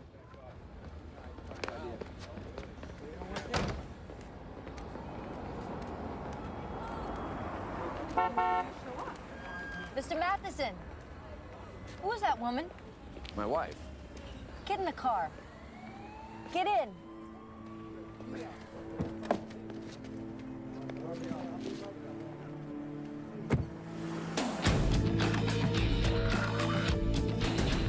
See, Hal, the thing about being untruthful about one thing is that it makes us think you're being untruthful about more than one thing.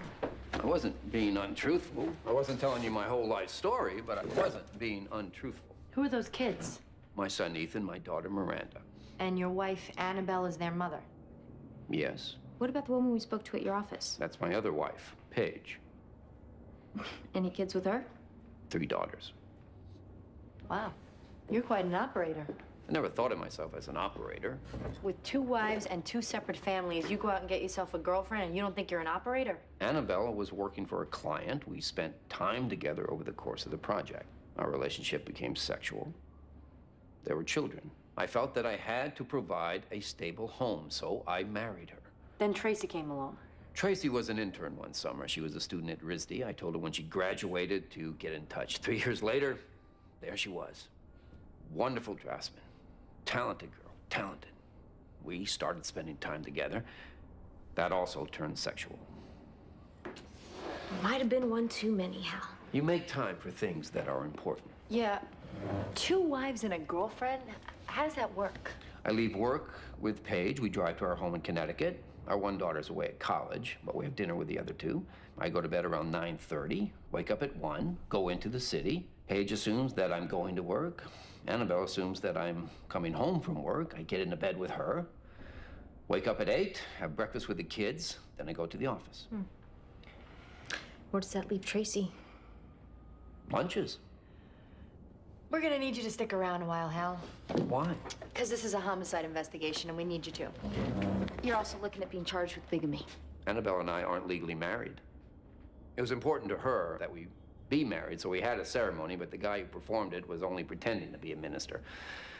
Under the circumstances, it was the best I could do. So you're legally married to Paige. Annabelle thinks you're legally married to her. Between the 2 of them, you have 5 kids, and you're cheating on both of them with Tracy. I know. It sounds complicated. A little. Yeah.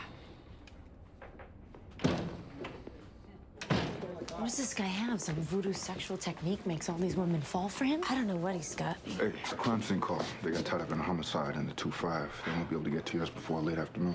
Let's go back there ourselves. Yeah. Will you let the boss know? Sure. Thanks. Who do I talk to about Faith Chandler? I'm Sipowicz. What can I do for you? There's something of Faith's I think you might want to take a look at. All right, come on back here.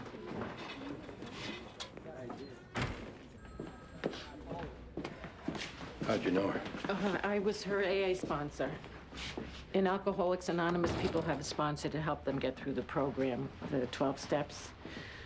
One of them involves writing a list of the people you hurt and how you hurt them. This is Faith's list. Maybe it'll help. How much time did she have?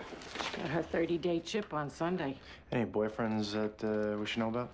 It's a long time since she had a boyfriend, but she did start seeing a guy she met at the meeting, although she promised me she would break it off. Who's the guy? I don't feel I have the right to violate anyone's anonymity. All right, listen to me. I have 8 years. I take anonymity very seriously. But this is a homicide investigation, and anyone this girl was involved with, we're gonna find out who they are, and we're gonna talk to them. There's a 5 o'clock meeting where I see him. 2nd floor, McBurney Y. Has she been drinking? What difference does it make? If she started drinking or using, it would have made her vulnerable to a lot of things. Yeah, there are some indications that she'd been drinking. There was also a money order made out to pay for a parking ticket. I told her she should pay her debts. She was trying. When I first came in, I was living in my car. There was a warrant out for my arrest. All I wanted to do was close my eyes and die in my sleep. Now I got 18 years of sobriety. A husband, a kid, an apartment, a job. We both have a lot to be grateful for. The ones who don't make it, they break your heart.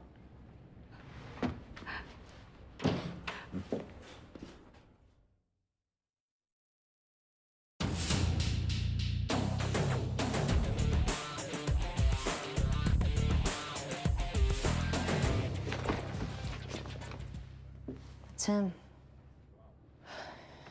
Still wet. Since he wasn't spending the night, she must have known she was in second position. Not to mention third. Still wasn't calling it quits. Call it quits. She was painting pictures of him. Maybe it was easier to kill her than blow her off. There's a message. This is Dr. Mara's office confirming your appointment for an ultrasound Monday, December 13th at 10 a.m. If there's any problem keeping this appointment, give us a call at 555-0199. Thank you. Well, if it's an OB/GYN, we ought to pay him a visit.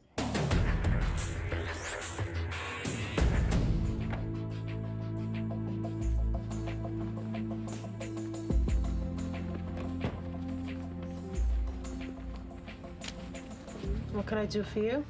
I'm Detective Ortiz. This is Detective Murphy. We're with the New York City Police. Let's see some ID. You have a patient here named Tracy Llewellyn. Last scheduled appointment was a week ago, Monday, 10 a.m. Patient records are confidential. If you want to see him, you're going to need a court order. Tracy Llewellyn was murdered last night. We can get a court order. We can close you down while we comb through your records. Or you could cooperate and answer a few questions. Let's hear the questions. Was Tracy Llewellyn pregnant? In her first trimester.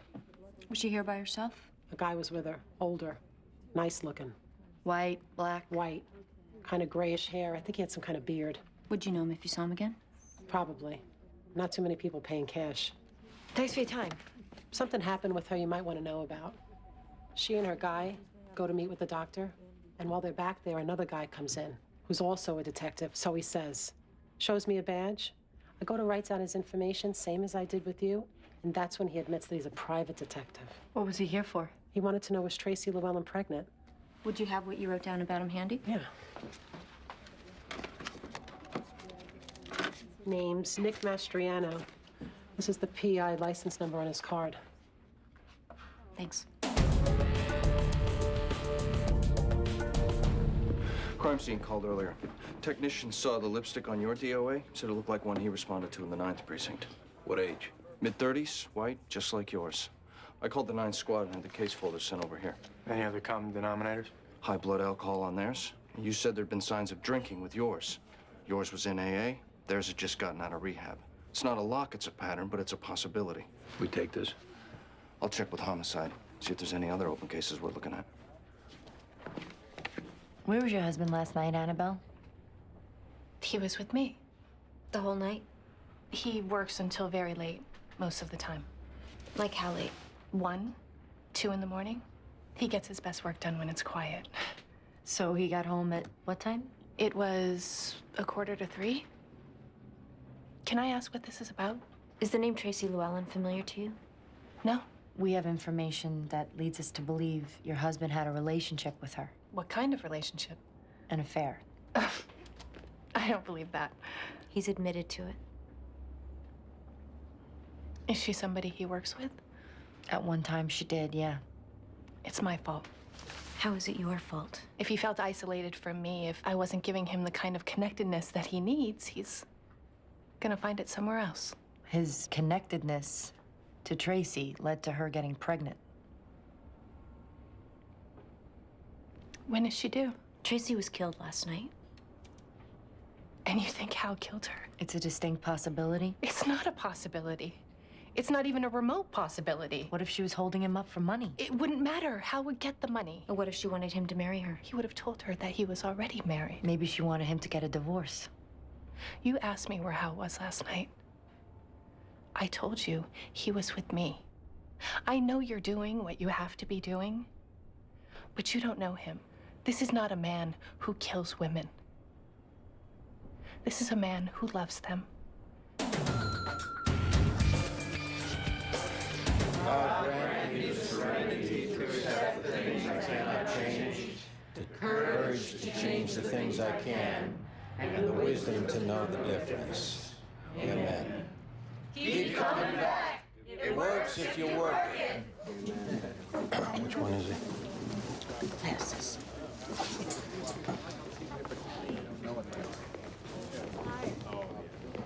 I couldn't stand it. Okay. Hey. Paul, is it? Yeah. What's your name? I'm Andy. Hey, Andy. It's your first time at this meeting? Yeah, it is, actually. You know a girl named Faith from this meeting? Faith C. Yeah, Faith C. When's the last time you saw her? I don't know, a few days ago, maybe? I heard you might have been dating her, is why I'm asking. Something of a 13th step, if you know what I mean. That's a little personal, Andy. Were you seeing her? I don't think I want to continue this conversation. Where were you last night? What is this? Faith C. was in an accident last night, Paul. I'm looking to see who might know something about that. I went to a 6 o'clock meeting on East 55th Street, and then I went to dinner with a bunch of us from the meeting, and then I went back to my apartment. I'll need names and numbers.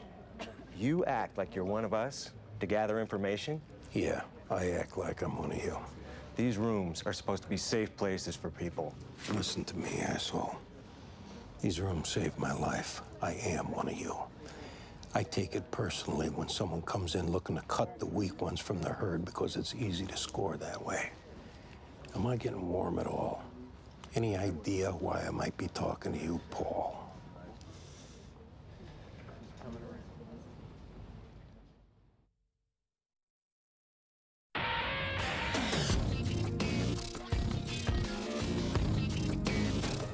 Apartments don't come available in this building all that often, which is why I thought you should see it. It's nice. It's a great location.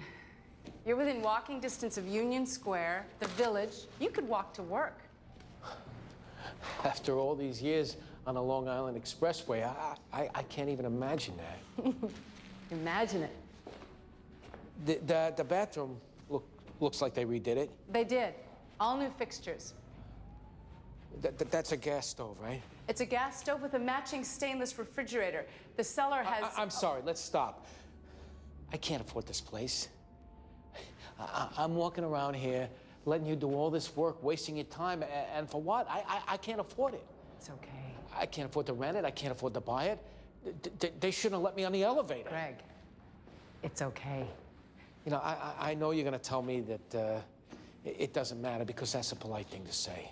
But it weighs on me that I keep coming up short when it comes to finances. Well, have you tried to do anything about that? I took a job as a bouncer in a bar, which you're not allowed to do if you're a cop. My boss found out. It ended up costing me money. Maybe you should think about selling real estate. Me? Why? Because you'd be good at it. You're crazy. In my job, you have to get people to trust you. You have to empathize with them. You have to make them feel like you're listening to them. Anything like your job? Yeah, when you put it like that. Maybe you should try it. How would I do that? I'm meeting a couple tonight to try to close a sale. Meet me there. We'll pretend we're a team and see how you do. You serious? Yes, I am.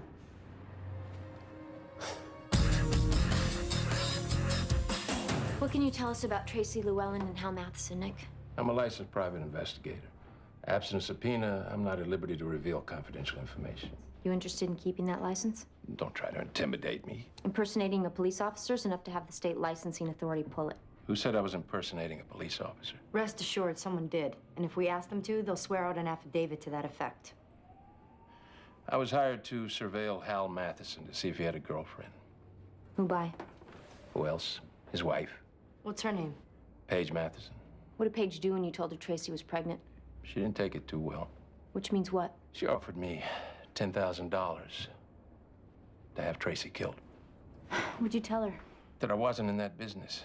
I told her, however bad it was, she'd only make her life and her kid's life worse if she got involved in something like that.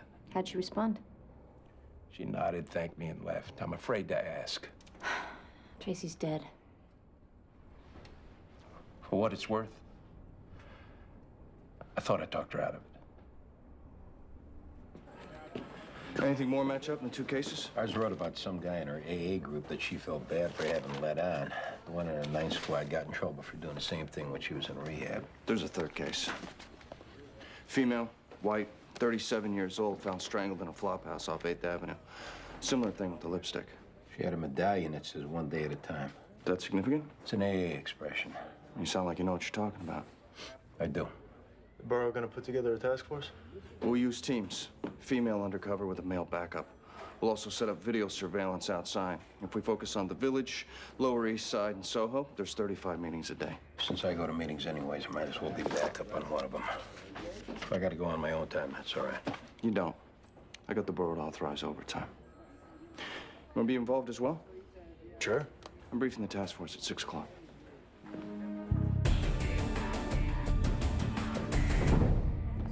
You're back. We need you to take a ride with us, Paige.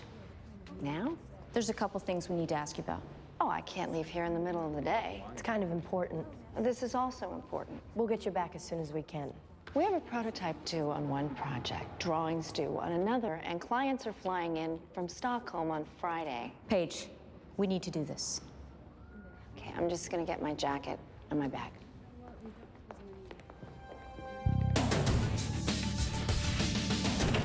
Take us through what you did last night.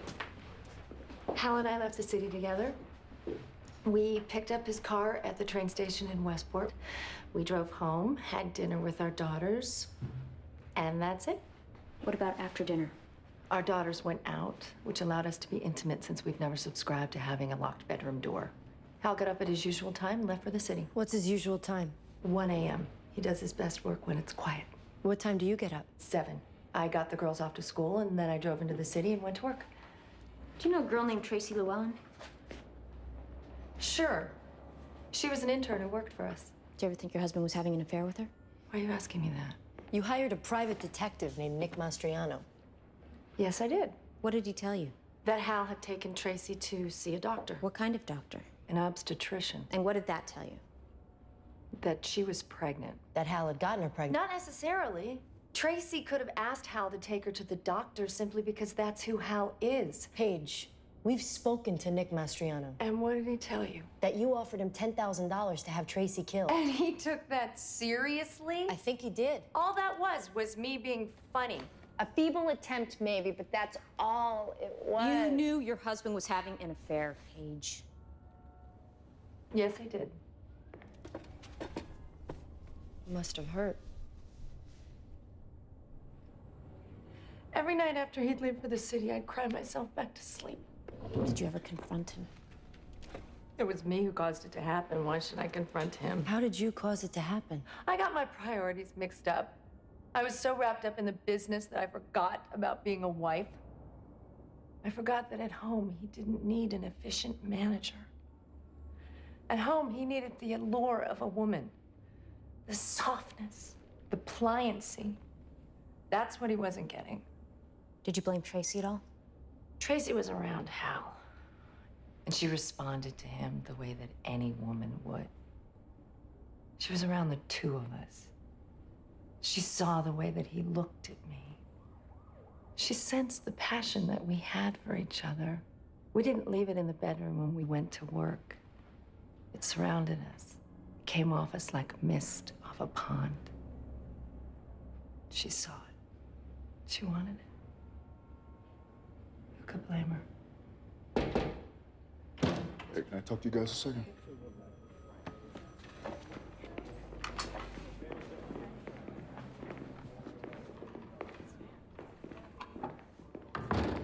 Hey, we got the Easy Pass records on Miss wife's car. And? She went over to Triborough Bridge into the city at 3:15 in the morning.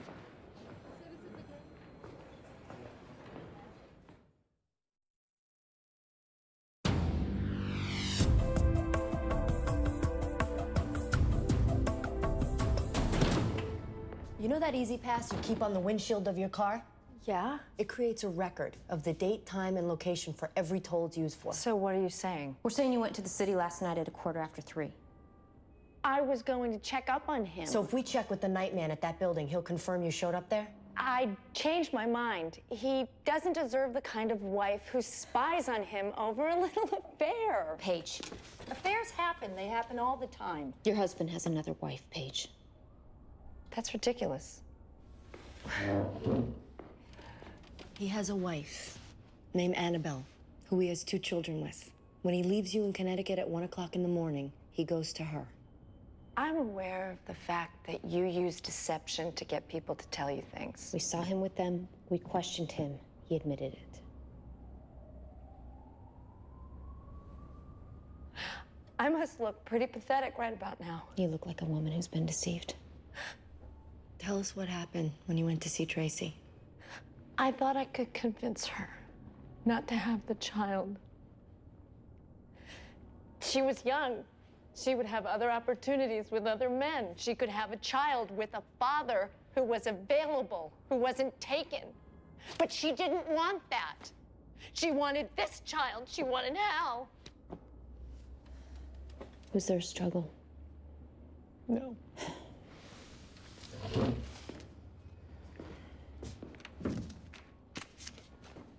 Get yourself a good lawyer, Paige. Maybe they can make a case for temporary insanity.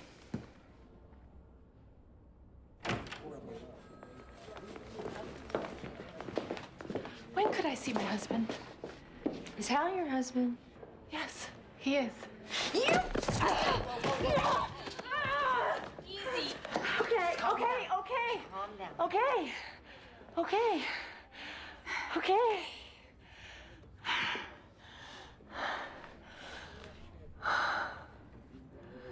Could you lock me up now, please? What was that about? There's some things you need to know, Annabelle. It's probably best you hear them from us. Please don't tell me Hal's being arrested. Hal's not being arrested. He's being released. Oh, thank God. Hal has another wife, Annabelle. Another wife and 3 other children. This is in addition to Tracy? Yeah. His other wife is the woman who just went after you outside. She killed Tracy. What's gonna happen to the 3 children? They're gonna be without their mother. You should also know that you're not legally married. Of course we are. We had a wedding. Hal fooled you. The ceremony was a sham.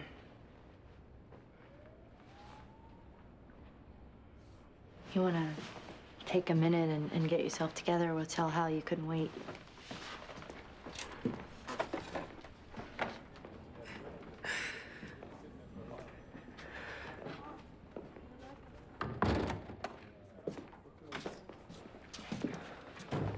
Have you found out who murdered Tracy? Yeah, Hal. We found out that Paige killed her. Just keeps getting worse. Kind of a volatile mix. A pregnant girlfriend and 2 devoted wives. Does Annabelle know? Yeah, she knows. How long do you think you could keep all this going? They were all so happy. I just never wanted it to end. It's ended now. Is Annabelle here? She had to leave, Hal. She had to get back to your kids.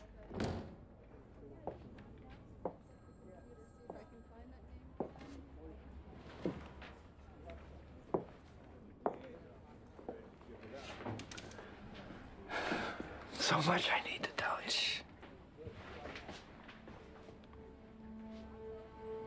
It's all right.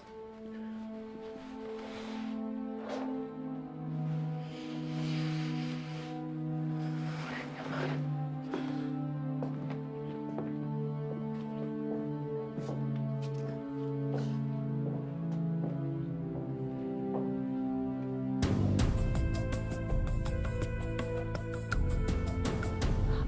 I love the area. Gramercy is great. I worry about the hooker trade over on Lexington. That's been pretty much cleaned up. I don't think so. Although, to be sure, I have a friend who's a detective I can ask. It's a great building. It's a Candela building, which means the 12-foot ceilings, the crown moldings, the gallery. It feels old. It is old. Told you Norman wouldn't go for it. Allie, I'm not ruling it out. It's okay. Just gonna take one last look at the master bedroom. Then we'll go.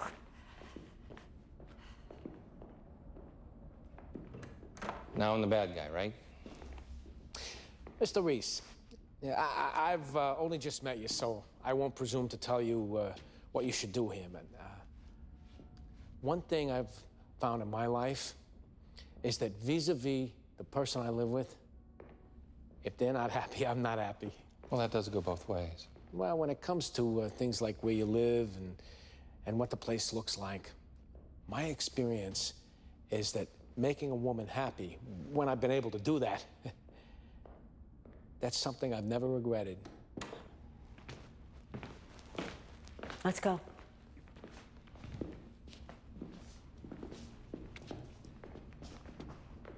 We'll take it. You don't have to do that. I know I don't. I want it. Really? Tell the seller that we'll write up an offer and have it over to them by noon tomorrow. Oh, thank you, baby. Thank you. Thank you.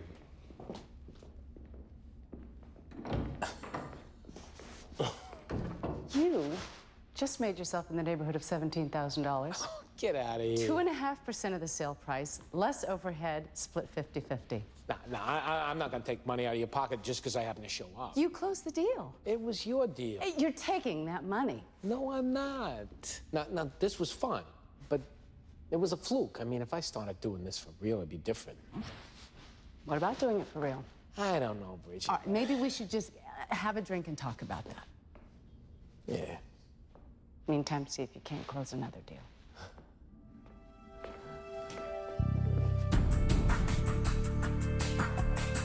We're going to be putting you into a rotation of AA meetings in Lower Manhattan. The object is to draw a guy out and have him approach one of you the same way he approached his victims. From what I understand, that means raising your hand and asking to speak. Detective Sipowicz has some suggestions as to what you might say. The chances are we're dealing with somebody who, for whatever reason, is turned on by weakness. We're guessing that he approaches his victims after a meeting, invites them out for coffee, then finds a way of enticing them to drink. Once he gets them loaded, he kills them. Clearly, the victim has to seem vulnerable to being enticed. That means describing incidents in the past where you were out of control, or maybe you did something that you were ashamed of because you couldn't help yourself. How much detail are we expected to provide? As much as you're comfortable with. Wait a minute, so what we say in there, we're making it up, right? Entirely up to you. Main thing is you make it sound real. Any other questions? Good luck. Sipowicz. I hope I didn't violate your privacy by calling on you. You didn't.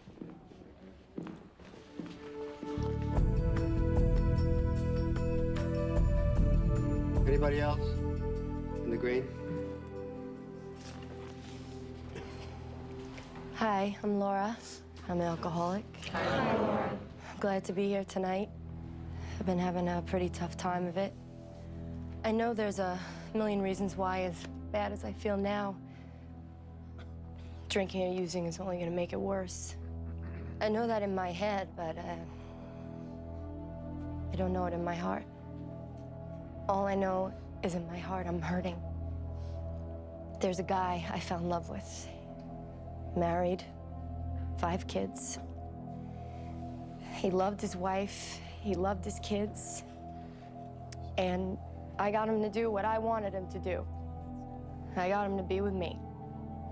And now I'm by myself, and I'm ashamed of myself, and I'm thinking, who cares if Laura has 30 days? Who cares what Laura has? There's this guy who's unavailable to me, and it dredged up all the feelings of rejection that I've lived with my whole life. The father who leaves his kids. The mother who's there but isn't there.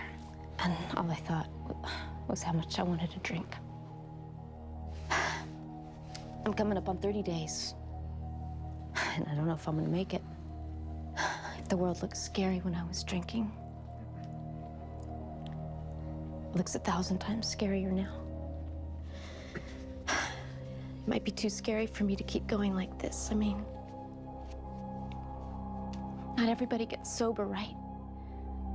Not everybody makes it. The way I've been thinking the last few days, I might be one of the ones who don't.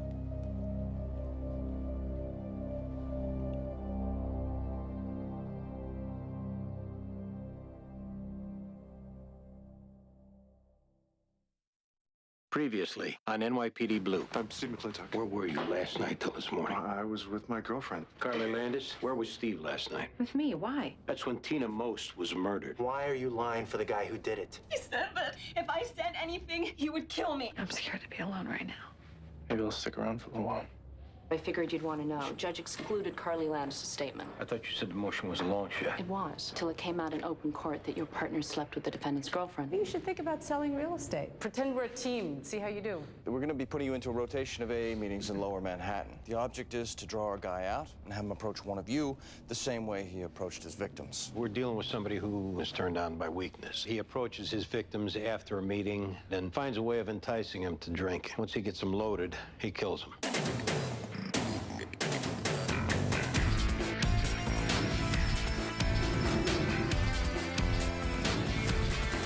I feel like all I do is come in here and whine.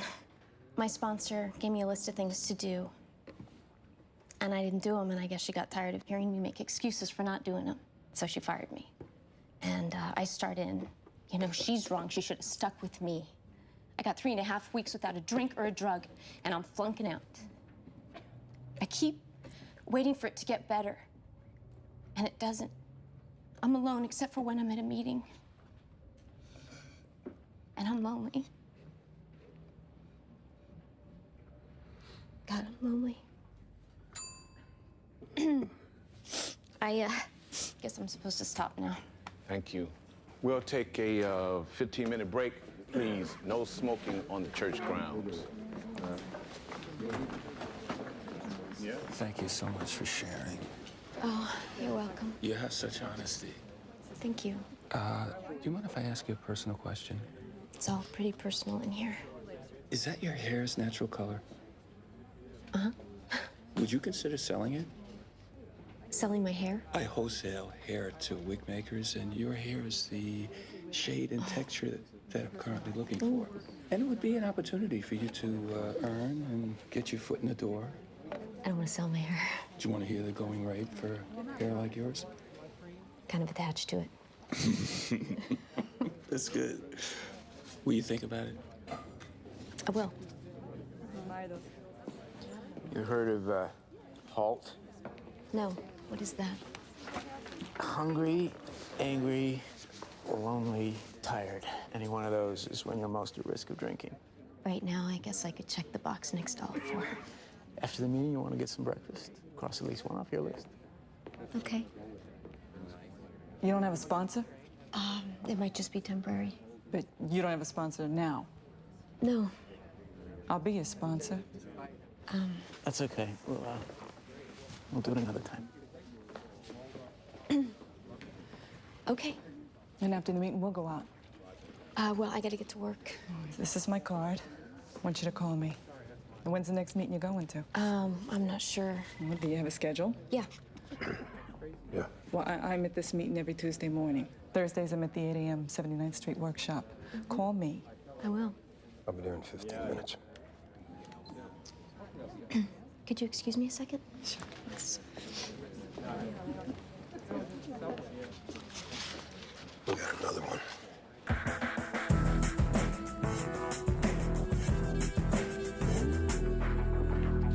Morning. Morning. Name's Maya Heath. Strangled? Yeah, with lipstick smudge. Who called it in? The sister. She called, got no answer, decided to come by. Where's the sister now? In the other room.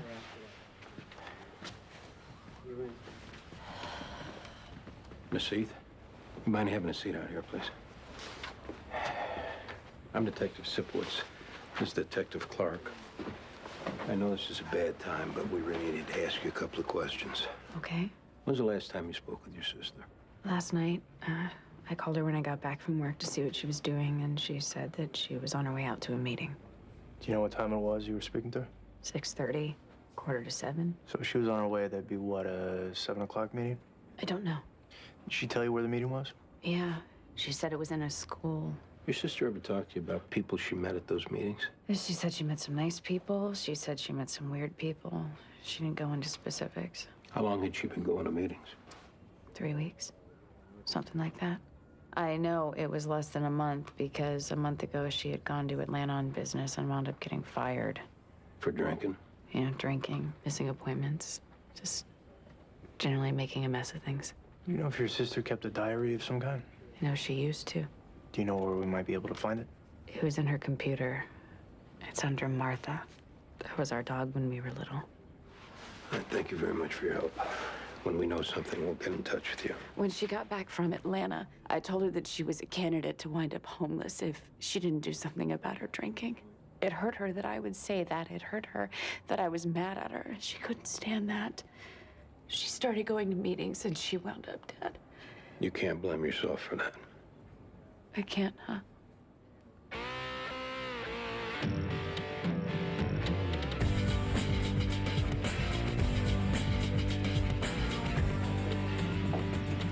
Fit the pattern?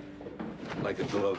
We have any idea which meeting she was at? We know roughly what time it was and that it was at a school. Hopefully that narrows it down. Signs you got her to drink? Yeah. We might also allow for the possibility that it's not a he. Female victims, strangulation. This woman that approached me this morning could strangle somebody. Was she coming out to you? I'd say she plays for the other team. Whether she was reaching out to help me or she had something else in mind, that I don't know. Is there some other way you can check her out? Yeah, she gave me a business card. Given that he or she got the DOA to drink before he killed her, we should canvass nearby bars. DOA wouldn't be drinking in a bar. Why is that? She would have been too ashamed. If she was gonna drink, she'd do it privately. Yeah, if it turns out we were covering one of the meetings that she went to, we'll have videotapes of people who were going there. Well, whoever it is waited a month between the first two, 3 weeks between the second and third, and 1 week before this one. We need to step it up, get him to go again. Yeah, I just got a call about a homicide at 13th and 3rd. Male stabbed. Who's up? I am. I don't want to take Sipowicz off the task force. Clark, you partner up with Jones. Metaboy, you work with Sipowicz.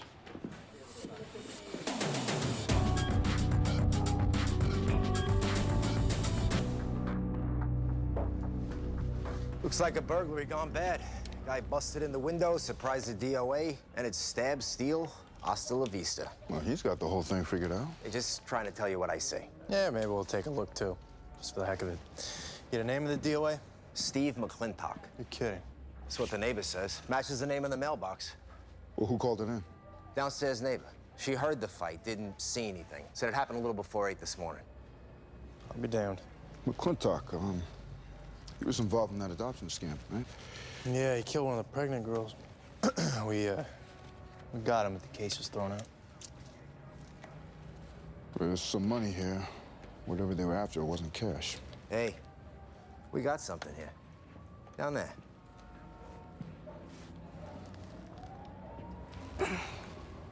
What is this, some kind of drug? Good job. Yeah, McClintock, he had a girlfriend, right? Name's Carly Landis. Yeah, well, we should talk to her. Yeah, we should.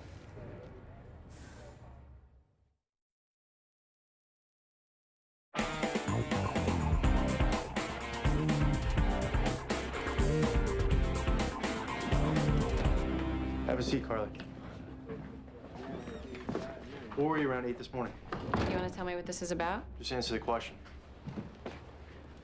I think I have a right to know why I'm here. Just answer a few questions. I'll tell you.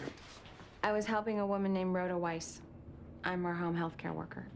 I got to her apartment a little before 7, left around 10. Thought you worked at a clinic. I got fired when Steve was arrested. You still with Steve? That also ended when he got arrested. Well, why'd you break up with him? Finding out that he killed somebody, for one, and 2, because he threatened me with a gun and he hit me. Other than that, really great guy. When's the last time you saw him? About a month ago. And you haven't talked to him since then? No. What's he done? I assume he's the reason I'm here. He was killed this morning. Really? You don't sound too broken up about it. The last time I saw Steve, he gave me a black eye and he split my lower lip, so no. Do you know anybody who'd want to kill him? Oh, Steve ripped off so many people. Have you talked to any of them? You know if he was in any trouble. I know he needed money. He couldn't find a job after the arrest. You know, he used to tell me that he paid his way through college dealing pharmaceuticals. Maybe he started that up again. He used drugs himself? Oh, not that I ever saw. Look, I am working to forget everything that I ever knew about Steve. Whatever it is that you're trying to find out, I can't help you. You're sure about that? Yes, John, I am. Number of the woman you were with this morning.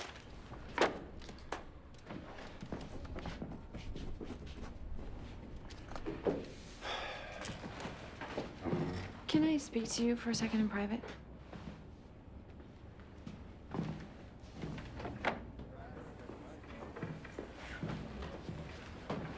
What do you want to talk about? I understand that you were angry at me. I guess I can't blame you for that, but I just want you to know that what happened between us that night was genuine. At least it was for me. And your boyfriend getting sprung on account of it, that was coincidence? No, I told a friend about you. Word got back to Steve. I swear I didn't tell him anything. You expect me to believe that? His lawyer came to me and said that I had to help Steve out. She made it very clear that if I didn't, I would get hurt. I believed her. I knew how violent he could get when he was desperate. Why didn't you tell somebody? I was too scared. I think this is where I came in. You telling me how scared you were, how you needed someone to take care of you. Which was true. You don't have to like me. But can you consider the possibility that I'm not the person you think I am?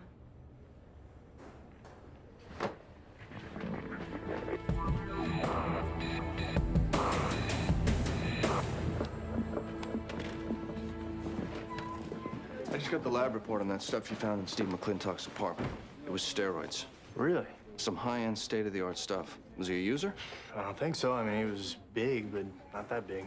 Well, whatever you find out, be sure to bring narcotics into the loop. If you need to liaison with the feds, just let me know. Okay. We dumped McClintock's phone. There's a bunch of calls made to somebody named Darian LaSalle. We're gonna go talk to him. Good. Find anything in that diary? She mentioned someone named Roger from a meeting in a school. Based on the time, we figured out which meeting it was, got the phone list from that meeting, and got the number for Roger H. Comes back as being Roger Harborn. 2 arrests for domestic violence in 5 years. Gonna go bring him in. Let me know after you talk to him.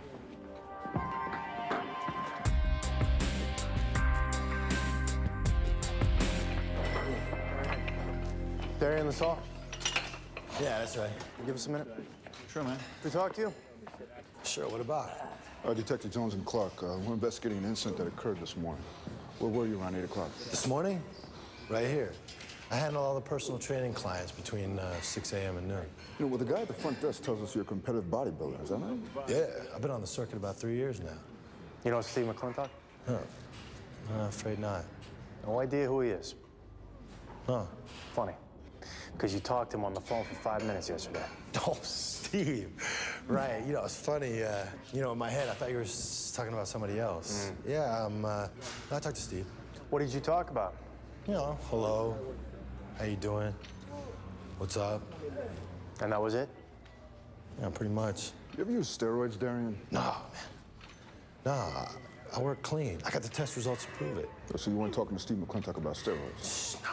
No. I stay away from that stuff. Darian, Steve was killed this morning. This is a homicide investigation, so I want you to take a moment and think before you lie again. Look, I wasn't lying to you guys. Then you coming in. Hey, wait, look, guys. All right, look, man. I got the semis this weekend for the Mr. Natural Pro Power Physique Olympiad. I mean, dude, if word of this gets out, they're gonna disqualify me. I won't be able to compete. What you need to focus on now is prison, because you are this close to going inside. Okay. Word was out on the street that Steve was selling the clear. So I called him up. Wait, what's the clear? Yeah, it promotes muscle growth, improves recovery, doesn't show up on the tests. What did he say to you? He said he got a big shipment in. We were gonna get together in a few days. That was it? Yeah, that was it. Dude, I swear to you, I don't know anything about him getting killed. You know anyone else who was buying from him? Well, no, not personally, but you go into any gym, you might find somebody. But listen, guys, man, I mean, is there any way you could keep me out of this? This is my career we're talking about here. Yeah, you know the stuff you're taking is gonna shrink your balls, give you tits, and probably destroy your liver. Your point being?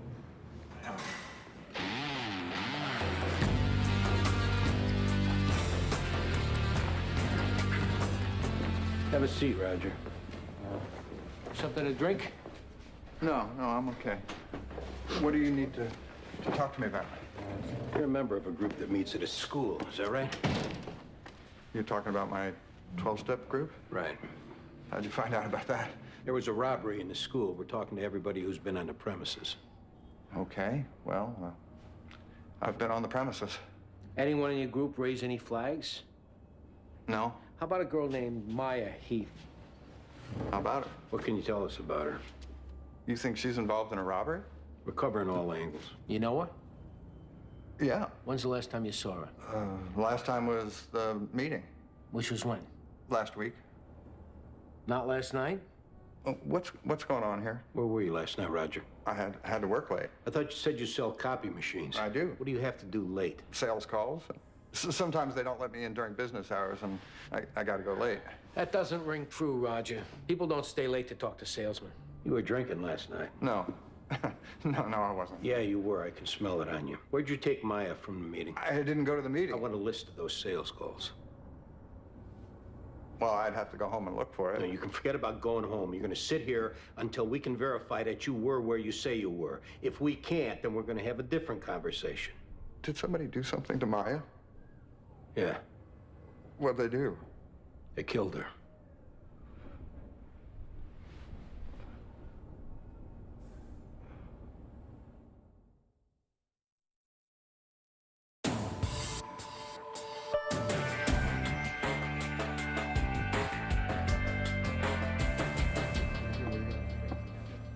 Hey, stranger. Hey, what's up? I have to meet a guy in narcotics about approving a wire. Can I interest you in lunch? I have an hour. I'd like that, but I'm kind of snowed in. Task force thing? No, actually, I got pulled off that. It's another homicide. Remember Steve McClintock? Sure. Is he the victim? Stabbed. Looks like he was moving some drugs. Any sign of Carly Landis? She says they broke up. She doesn't know anything about it. So you've already talked to her? Yeah. Well, we know how trustworthy she can be. Yeah. Right now, we got nothing pointing to her. So, maybe lunch, day or two? Sure, fine. Just let me know. I'll do that. And keep me posted about the McClintock thing. Absolutely.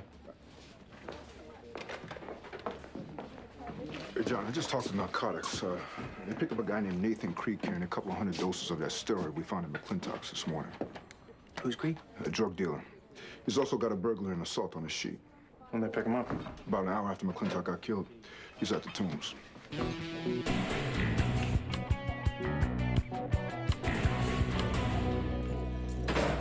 Where'd you get the steroids, Nathan?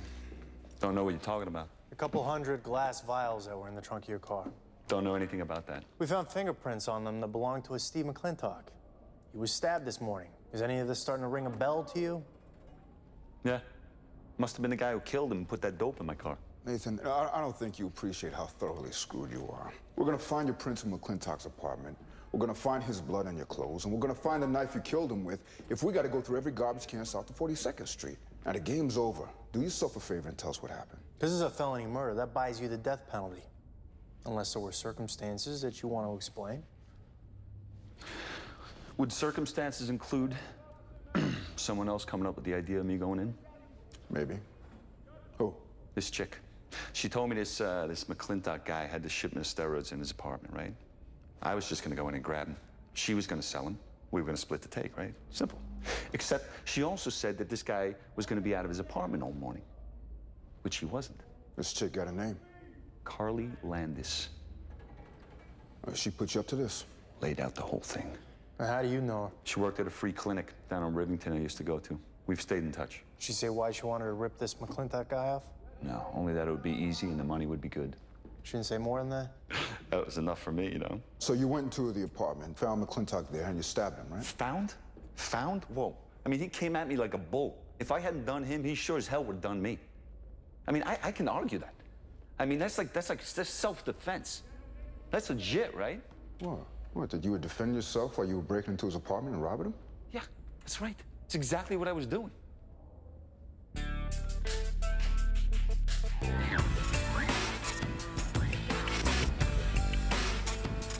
He's lying. Oh, come on, Carly. Yes, I know Nathan Creek from the Rivington Clinic. He came in a couple of times. No, we did not keep in touch. He basically stalked me. It was so bad that I nearly had to get a restraining order. The guy is a violent psychotic. It sounds exactly like what you were looking for. I wasn't looking for anything. And I haven't seen or talked to Nathan Creek in 6 months, thank God. That's a pretty big coincidence, don't you think? Creek just happens to bust into your ex-boyfriend's apartment. Steve knew a lot of bad people. For all I know, he and Nathan were working together. Well, why did Creek say this is your idea? Maybe because he's up for murder and he'd say anything to pass the blame? So you didn't want the steroids. You sent Creek to the apartment because you wanted Steve dead. No, I didn't. Why? Because he dumped you? No, and I told you I left him. Creek's lying, and I'm sure that it is not the first time. If he's telling the truth, we're gonna find out. So it's better if you tell us now. There is nothing to tell. You aren't gonna find anything. Do you have anything on her besides Creek's statement? No. She have an alibi? Yeah, solid. The woman she was with confirmed it. There's nothing I can do. Well, I just want to hold her for a few days while we do some digging. If I try and indict her without corroboration, my boss will laugh me out of the office. Nathan Creek is a convicted drug dealer and a repeat felon. Carly Landis is a nurse. Who do you think wins that credibility contest? We'll keep looking. Do that. And get me something solid before you call me down here again, okay?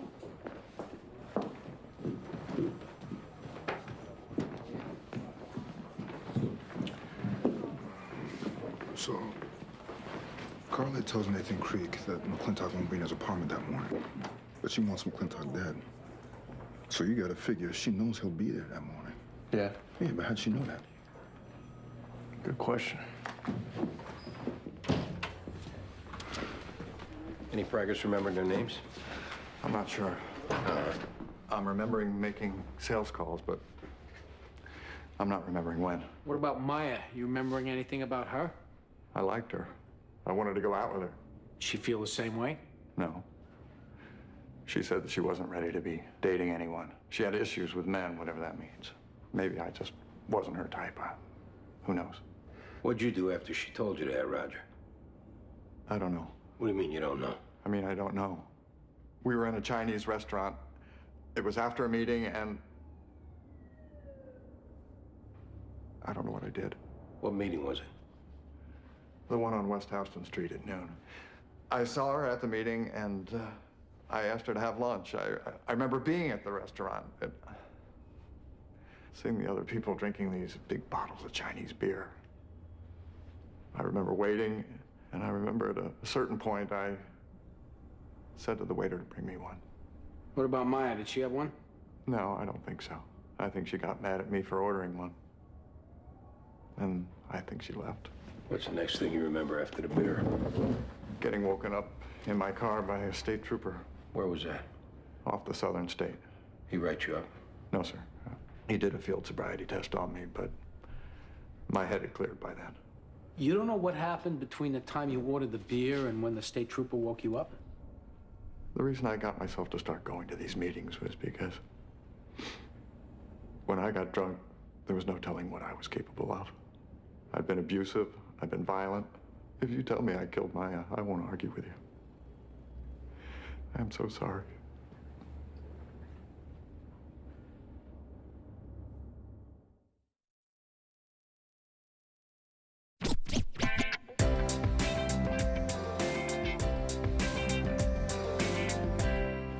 This was just sent over for you. I think it's from Bridget. Oh. Oh, man, she's sending you presents now? My man. What's the note say, Greggy? To celebrate and so you don't catch cold. Oh, that's nice. Yeah, I helped to close the sale, so that's why. It's not why. She likes you. Where are we with the McClintock homicide? Well, it looks like this Carly Landis set it up. She sent this guy Creek to the apartment allegedly to steal drugs, knowing that this McClintock would be there. Unfortunately, we can't prove that. So what are you doing? Continuing to work our way through McClintock's phone records. Yeah, there's Henry Delgado we have to talk to. We were just on our way over to his work. Don't let me stop you.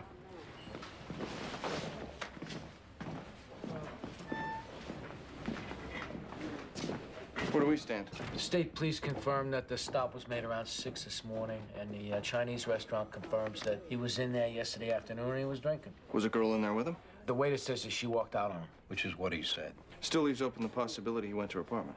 He's a blackout drunk. If he did it, he wouldn't have been this careful to cover his tracks. Either of you ever run into this guy? He introduced himself to me before a meeting. I think he was just being friendly, though. Hold him. He's not the guy, boss. He was the last person seen with her. He can't account for his whereabouts at the time she was killed. All the more reason. If he did it, he'd have a story. You feel something for this guy, Detective? It has nothing to do with it. Until you have a better suspect in hand, I want him held.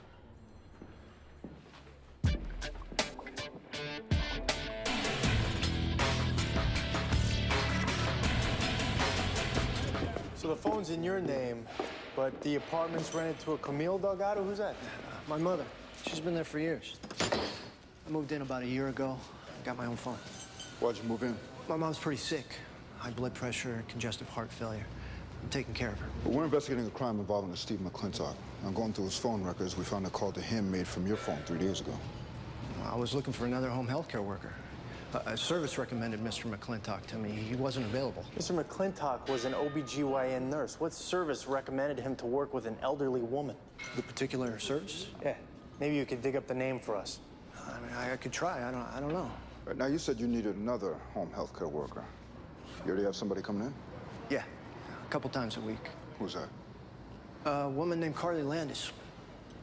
Did she get you to call Steve McClintock and set up a meeting in his apartment this morning? No. All right, Henry, this is a homicide investigation. You were an accessory to the crime if you lied to us. I'm not lying. I talked to McClintock about nursing care. Look, Steve McClintock was stabbed to death. If you're involved in any way, you helped kill him. Now, you need to think about that a minute. My mother needs a lot of medicine. Beta blockers, blood pressures, cholesterol medication. Even with Medicare, it's more than I can afford. Carly Landis said she'd get me a supply of cheap meds if I placed the call. What did she tell you to say to him? That I wanted to buy a drug called the Clear, and that I would be at his apartment between 7 and 10 this morning, that's all. She say why she wanted you to do it? Something about McClintock owing her money. I didn't ask a lot of questions. It sounded like some sort of prank. He really got killed? Yeah. I was just trying to help my mother.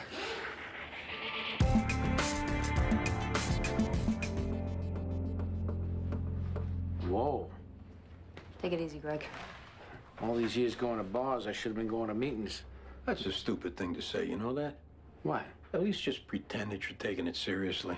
Come on, Andy. It's not like I'm not taking it seriously. I know that guy. From where? He was at the meeting this morning. He came over to talk to you during the break. And he asked me out. Out? Out to get breakfast after the meeting. And then that woman came over, she started talking to me, and he backed off. What did we find out about her? Well, according to her phone records, she wasn't living in New York at the time of the first 2 homicides. This guy Roger was in meetings with the last DOA. You should take a look at this tape. You want me to get him? I'll get him.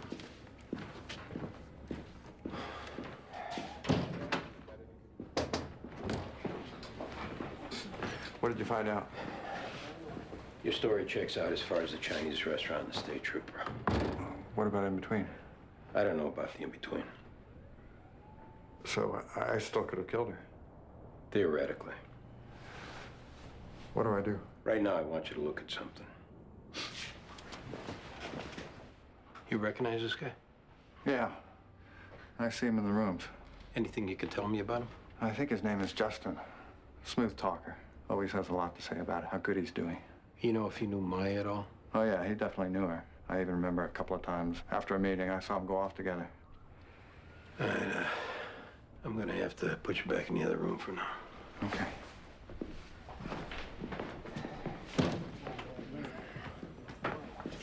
Listen, Roger. If it turns out that you didn't kill this girl, you might want to think about getting yourself to a meeting. I know.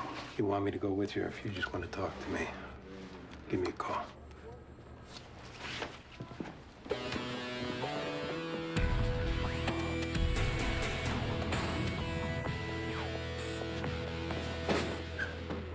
Can I go now?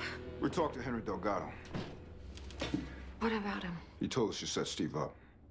He's lying. With Delgado, we can prove you made sure McClintock would be in his apartment when Nathan Creek went in. That gets you a murder charge. It's not true. Don't you have to believe me?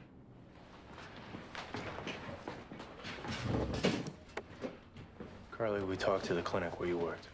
They didn't fire you because of Steve's arrest. They said that you were showing up late. No. Behaving erratically. No. They think you have a drug problem. Is that true? It was because of Steve's arrest. They're lying. Can't keep saying that. It's over.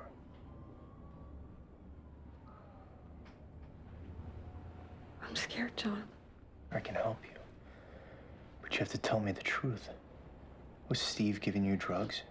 Mostly coke. And I don't know where he got it. He said that it was medicinal grade. It's really powerful. And what happened? Did he cut you off? After the trial, he said that we should lay low, stay apart for a while in case the cops were still looking at us. I figured a few weeks was enough. And when I called him, it's like he didn't know me. He said he was enjoying his space. And he didn't want to be together anymore. I said, okay. But the least you can do is help me out with some coke. Because I sure can't get that stuff on my own. He said, fine, I just have to pay for it. Pay for it? Seemed to me, after all I'd done for him, the beatings that I had taken, the sex, the lying that I had done for him, I already paid. So you set it up with Creek and Delgado. Yeah. Steve really was a bad guy, John. He identifies himself in meetings as Justin. This is what he looks like. Should he be in any of the meetings we're covering tonight, the backup's to go outside and call it in. We don't know that this is the guy, though. No, we don't. Just do what you've been doing. If he is the guy and he makes a move, I assume we'll be ready for him. The apartments are set up? Yeah, the dummy apartment is set up for the undercover to bring him to, and we have the apartment across the hall for backup. How much time do we have? Meeting's an hour. Figure there's a half hour with the conversation afterward. Make the call as soon as you spot him. I don't want to cut it any closer than we have to. All right, guys. Good luck.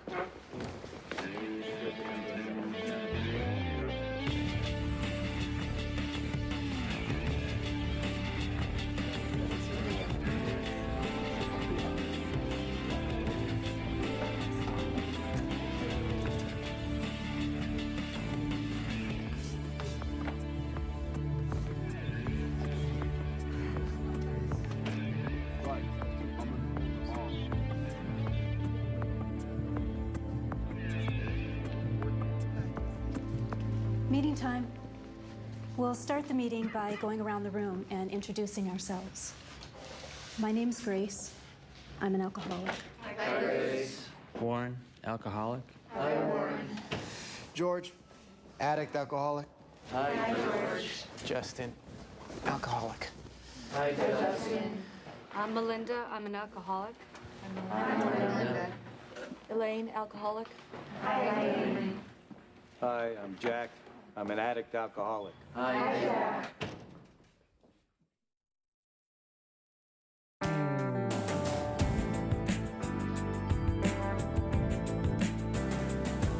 I always knew how to get attention from men. If the guy had 1 shot of tequila, I had 3. If he did 2 lines of coke, I did half a gram. Laura does not party like a chick. She parties like a guy. Laura also sleeps around like a guy.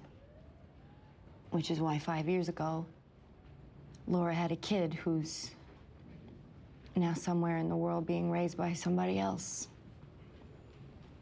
Today's her birthday. Thanks for letting me share.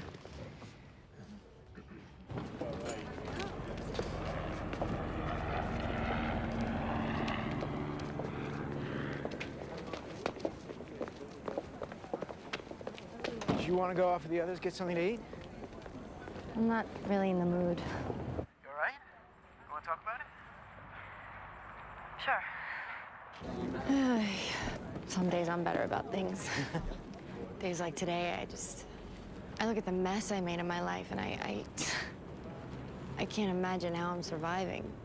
Sometimes I don't really think I even deserve to survive. If we only got what we deserve, most of us would be long dead. I know. You going to meetings? Yep. You have people you can call? Yep. Do you call them? No. You're thinking about getting loaded, aren't you? All the time. Maybe that's what you gotta do then. You saying I should drink?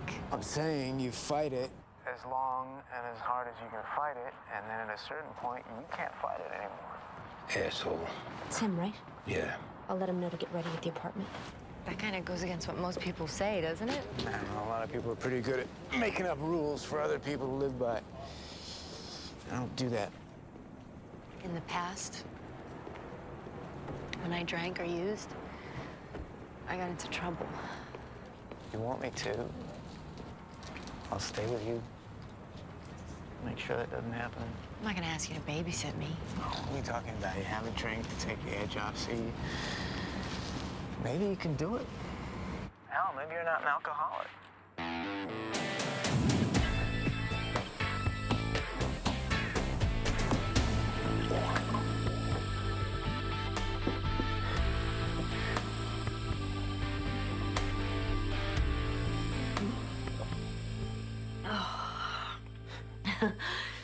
Aren't you gonna have one? Sure. Oof. You have no idea how good that feels. Frees you up, right? What do you mean? Oh, you lose inhibition. I thought you were here to keep me out of trouble. I'm just saying that's the effect. I know it's had that effect in the past. And then it helps you feel not quite so ashamed of yourself afterward. Oh, right. Have another one. Okay. Oh, man, you put on this respectable front. You're well-groomed, you dress modestly. You even seem to care about this kid you gave up. I do care about her. I know you do.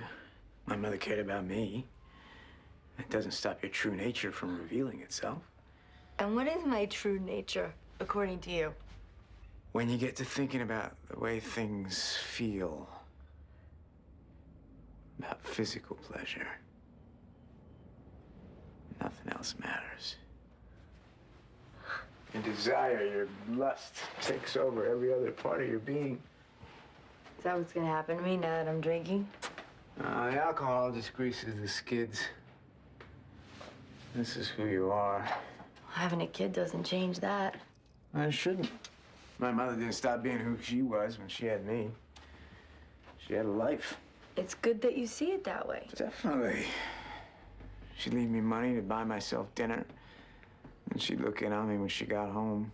I played this little game where I'd pretend to be asleep and then open my eyes when she'd pass the Scooby-Doo nightlight that was plugged into the wall. And see her half naked, lipstick smeared, going back to whoever was waiting for her. She liked to have a good time. Yes, she did. Just like you like to have a good time. That's right.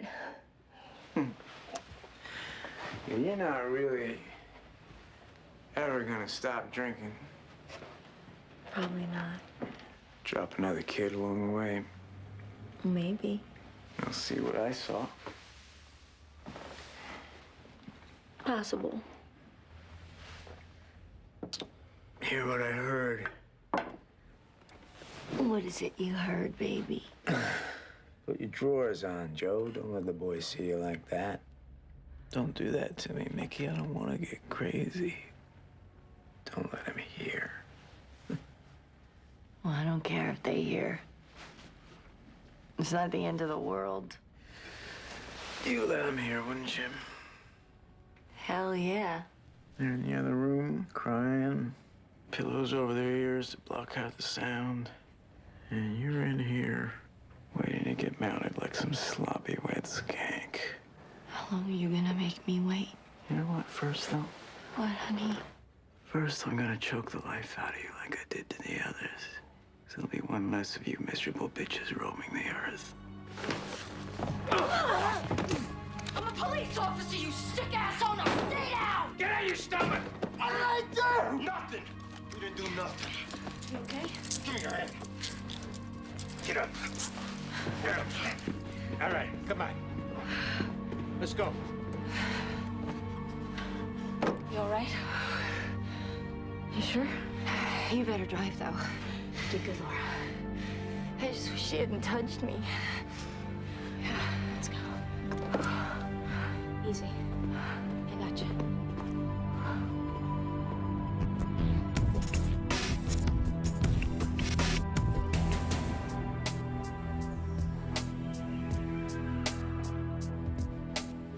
I hear Carly Landis confessed. Yeah, Nice save. thanks. The reason I came by is because I wanted to apologize for what I said to you and Baldwin earlier.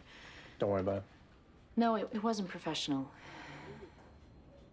Because the truth is, I wasn't feeling entirely professional about you and her. I appreciate you saying that because the truth is I was a little uncomfortable about it myself. Really? Yeah. Listen, tonight's shot, but I'd really like to have dinner with you soon. I'd like that. Friday? I'd have to check. Yeah, it's clear. Friday then. Friday.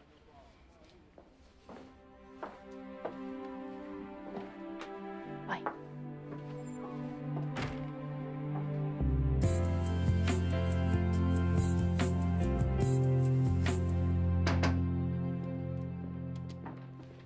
went for it? 4 homicides. Good work.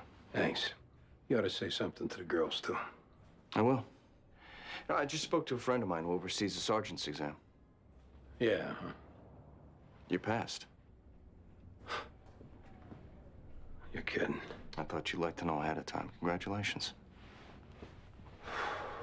Wow. You ready to be a boss? I don't know. I guess you'll find that out.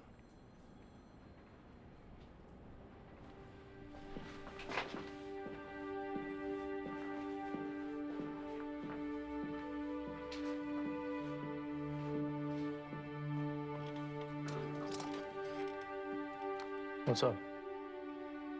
Nothing. Just an attaboy.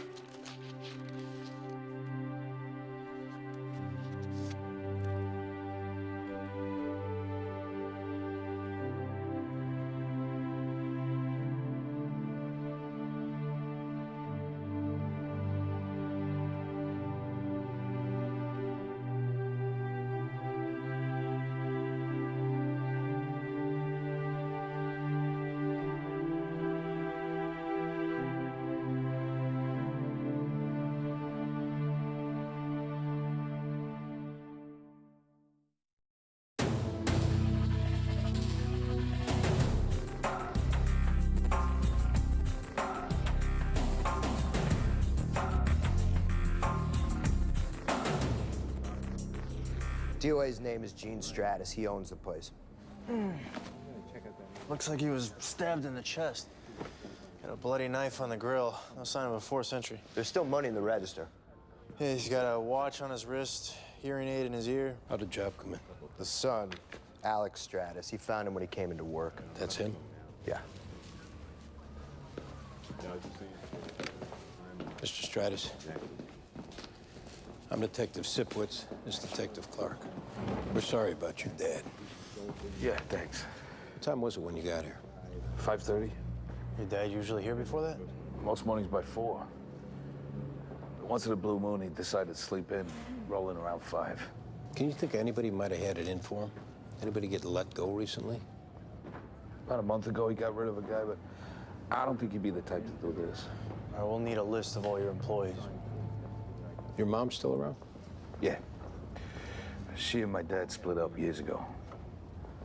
She wanted to travel, see a movie. All he did was work. He gave her the house in Astoria, took care of all the bills. Got himself a little apartment close to the restaurant. He gambled? Oh, never. You know of anybody that he borrowed money from? Not a soul. My father came to this country, he didn't know 3 words of English. Managed to buy a coffee shop, a house, a new car every 2 years on what he earned. On 50,000 orders of bacon and eggs. 100,000 hamburgers. He bought my mother a mink coat, sent my sister to private school, put her through 4 years of college. I could have gotten to it if I wanted. Why didn't you? All I ever wanted to do was work with him.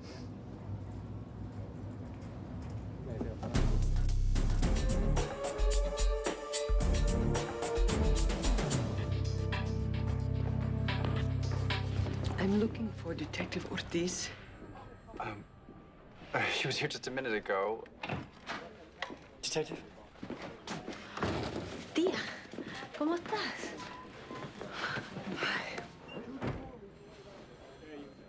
This is my Aunt Sylvia, John Irvin. Mucho gusto. Thank you. Nice to meet you. What's going on? Do you have a minute? Sure. Come on back here. I know that you're busy. I don't want to bother you, but your cousin has me very worried. Which one? Paula. Paula? What happened? Did she get an A-? You haven't seen her in a while. Not that long. She got herself involved with a guy.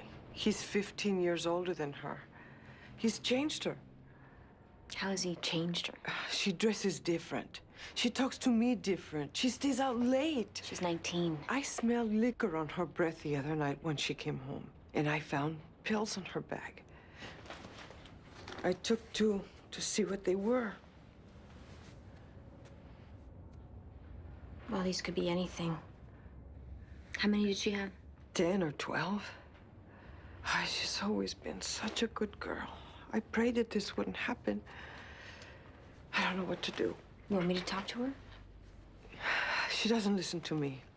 I'll come by the apartment after work. If you go by the store where she works, you could meet him too. It's his store. Where is it? I know that it's on Lafayette Street. You know the name of it? Chrysalis. Whatever that means. All right. I'll go by today.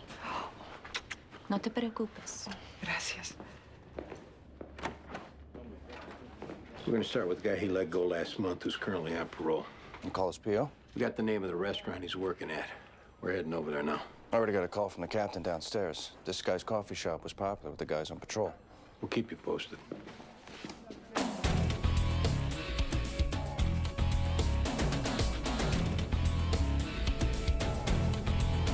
Wallet's missing, watch is missing, pocket's turned inside out. Whatever cash you had on him's gone. Any ID in the vehicle? Registration in the name of Paul Westerville, address in Armonk. Anybody hear anything? And none of the attendants on duty heard anything. From what they say, this place is pretty deserted at night, which might be why the body wasn't found until this morning. Hey, I know the guy in this photo. Oh, yeah? Yeah. Brendan Quinn. The cop who got paralyzed in the shooting? Yeah, I was in the academy with him.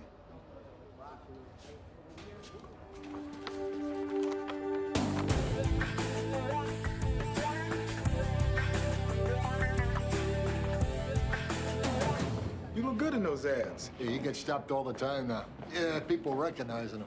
How you guys still? Good. Same, you know. Hey, we appreciate you guys coming in. No problem. We'll let you guys get to it. Hey, see you later, Smitty. Greg Medavoy, this is Brendan Quinn. His dad, Charlie Quinn, also retired off the job. Nice to meet you. Let's go talk to him 124. So, did you get second grade yet? No, not yet. Nah, always keeping the black man down. Ain't that the truth? So what happened? Paul got held up? Yeah. He was shot and killed in a parking garage. It's unbelievable. What's your connection to him? He's a partner in the public relations firm, the PBA contract. When they decided to use me in the ads, we got to know him. How well? Pretty well. Hey, he's a nice guy.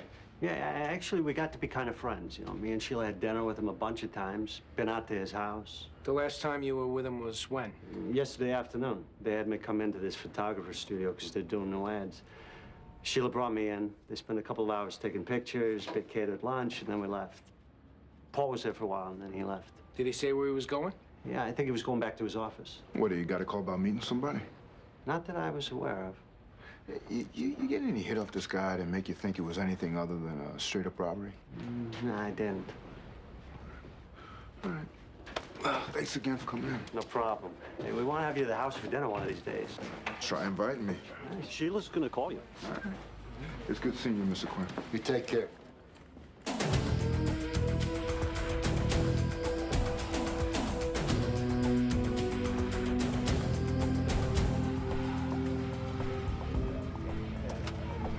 Andy, that's him.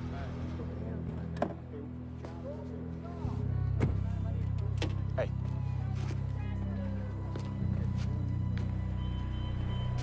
Oh. Hey! Come on, man! Don't run!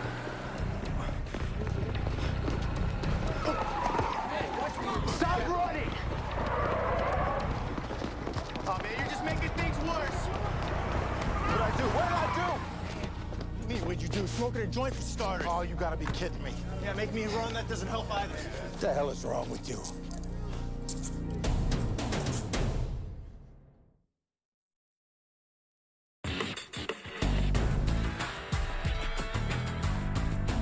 There's so much to do getting this stuff ready for storage. You have to pack up all his things? His personal things. Once his estate is probated, I'm expecting various characters to come out of the woodwork claiming to be his children. Why's that? The way he conducted himself. Or are you aware of anyone who might have had a grudge against him? I'm sure there were plenty. Public relations can be a nasty business. Paul Westerville didn't have a lot of consideration for other people's feelings. You must have borne the brunt of that. When I first started working for him, and I got the treatment, I'd run out of the office crying. I'd vow I'd never work for anyone that abusive again. He'd apologize, give me a raise, and after a while, it got so he needed me. I organized his life. I put up with him, and he learned. Yell at everyone else. Me, you don't yell at. Well, are you aware of any current romantic relationships Mr. Westerville was involved in? There was very little in Mr. Westerville's life that I wasn't aware of. Anything come to mind that might have created problems for him? Sleeping with someone else's wife has been known to create problems. What are we talking about? The wife of this young police officer who was paralyzed, and it made me sick. You know if anyone else knew about that? The officer's father knew. How do you find out? I told him.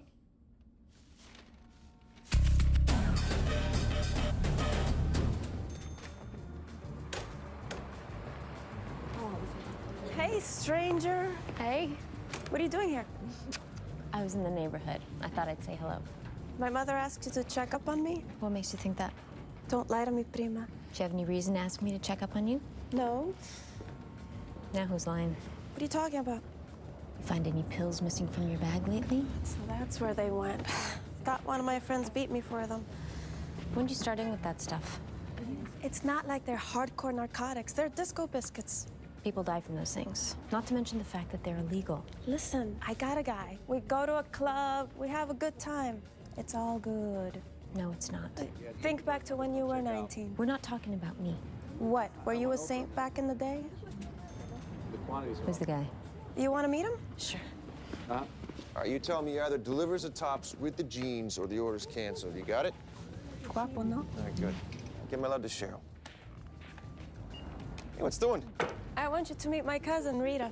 Hi, cousin Rita. Bobby Friedman. How's it going? See anything you like? I just stopped in to see Paula. You live in the city? In Brooklyn. Oh, you're a beautiful girl. Hey. What, I can't say that? Yeah, you can. Maybe she wants to go out this one night this weekend. I don't think I can this weekend. Could be wild. Rita's a detective, Bobby. Well, detectives get to have fun sometimes. Maybe some other time. You bet. So I gotta run, babe. Oh, when are we leaving for Atlantic City? We gotta be there by 9 o'clock, so figure 6:30. I'll go home to get my clothes. I'll meet you at your apartment. All right, don't be late. Nice meeting you. Same.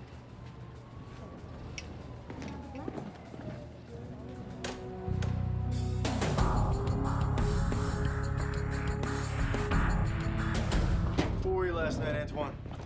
With my girlfriend. Didn't go out?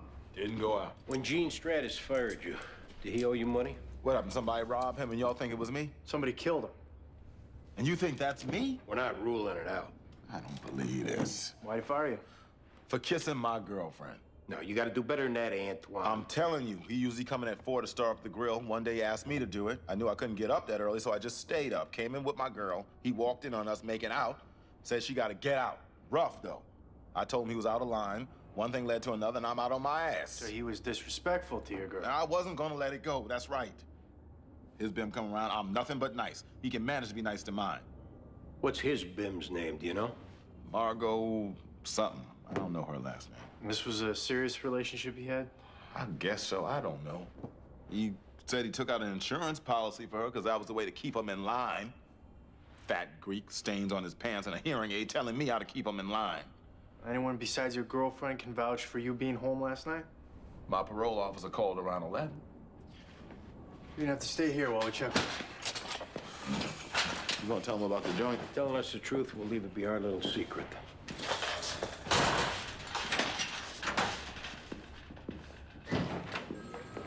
Hey, you want to grab some lunch? I can't. I gotta do this. Hey, we ran a credit card check on your DOA. The only recent hit was from a video rental store. Oh, yeah? I'll leave it to you to figure out what a grown man was doing with Mulan and the Little Mermaid.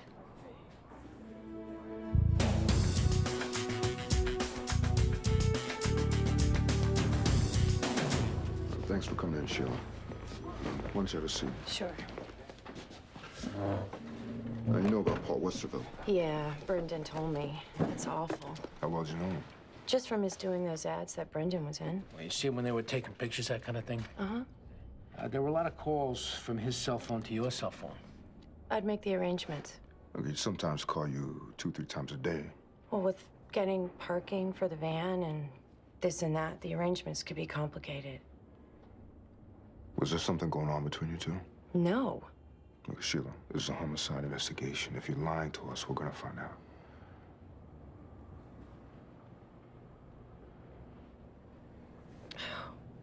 I prayed this day would never come. I prayed that I could just die with my secret. When you start? Last summer, Paul rented a house out in Bellport. He'd have us there for the weekend. We'd drive into town, get stuff for dinner, and he'd start in. This one time, he got me in a weak moment. Was that the one time, or were there other weak moments? There were other weak moments. Who else knows about him? As far as I know, no one does. I'm 28 years old, you know. I have physical needs. Yeah, we're not here to pass judgment. Brendan and I were a normal couple until this happened to him. I'm sure it's difficult. I drive him places. I take care of him. I clean up after him. And I love him more now than I loved him before, and I was sick in love with him before. But yeah, it's difficult. Sometimes it's real difficult.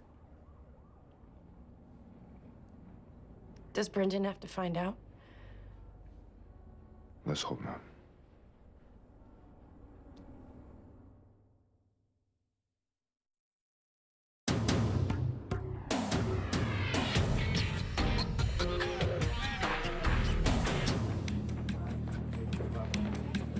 You got a minute?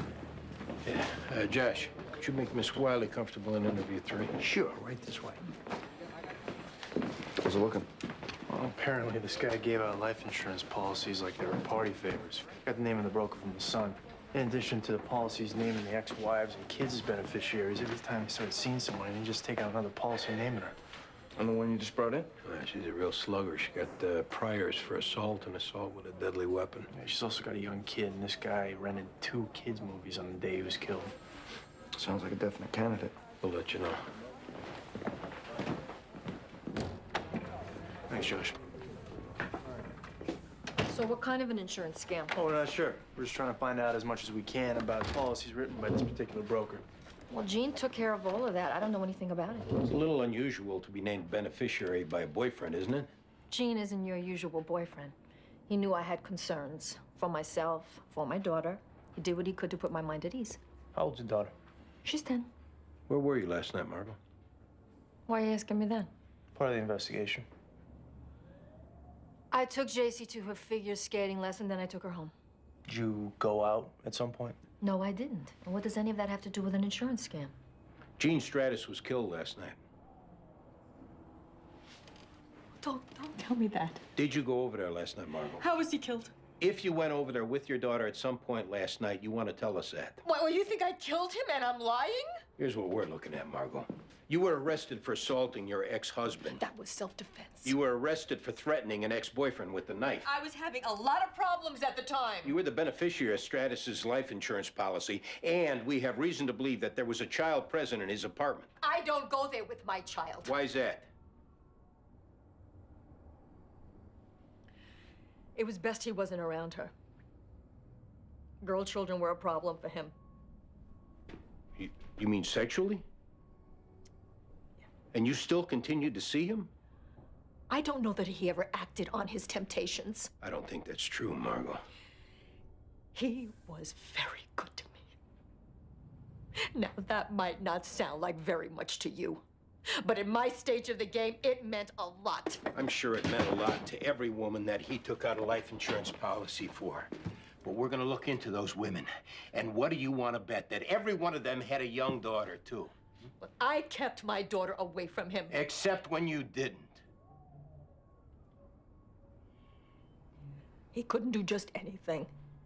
I was very clear with him about what I was and was not willing to tolerate. In other words, no penetration. Of any kind, that's right. Did he forget? Or did it just turn your stomach that you were letting him do what he did? Maybe that was enough for you to stick the knife in him. Last night, I took my daughter to her figure skating lesson. You're gonna stay here while we verify that.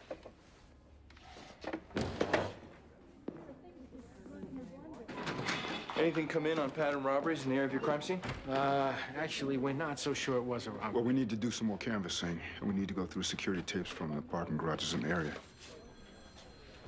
If you're thinking it's not a robbery, you'll let me know what you're thinking it is. Here, we'll tell you what we have. Ortiz, in my office.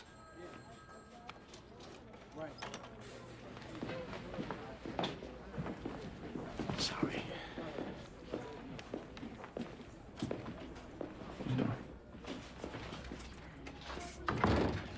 You run a guy named Robert Friedman through BCI? Yeah, On what case? there was no case, boss. He's going out with my cousin. I met the guy. Something about him struck me as wrong. You know better than that. Is there a problem with him? Flag popped up when you ran him. The Joint Narcotics Task Force has him as a target. My instincts about him were right, at least. Now, give me some case number I can go back to them with, and don't let this happen again. Thanks, boss.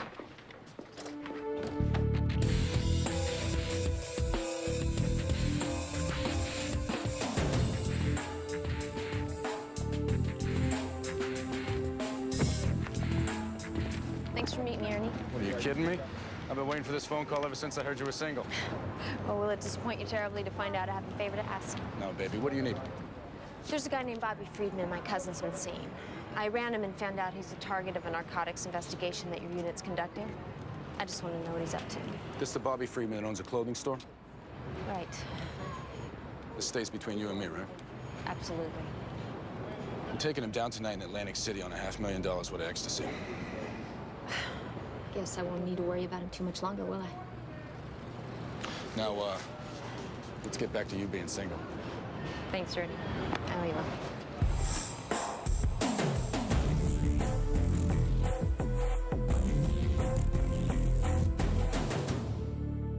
When's the last time you saw your father? Last summer? Not since then? Right. Any reason you didn't see him over the holidays? It just didn't work out that way. Where were you last night, Melanie? I was home. Anyone with you? My daughter, she's had a fever, and I stayed home to take care of her. Melanie, we have to ask you this question, and we apologize if it's uncomfortable for you, but were you ever sexually molested by your father? I don't think I'm obligated to discuss that if I don't want to. You know, the problem is, this is a homicide investigation. I don't care. Melanie, it's our job to find out any pertinent information. But what you asked about is my business, and it doesn't concern anyone but me. So if I don't care to discuss it, then I don't have to discuss it. We don't know if your father's sexual history was related to him being killed. That's right. You don't. One way or another, we are going to find out what that history was. In other words, you're going to drag me into it whether I like it or not? If his sexual history involves you, yeah. We don't have a choice. The first time I remember him molesting me, I was 9 years old. About a year later, he did it again. Then again when I was 11.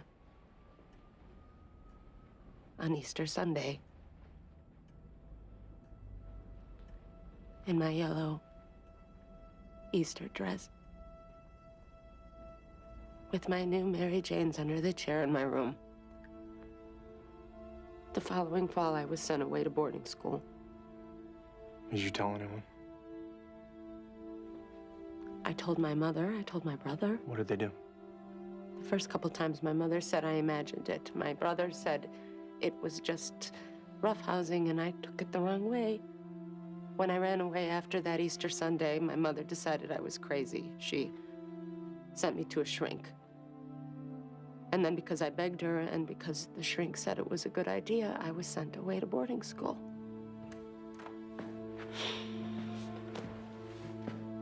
Hey.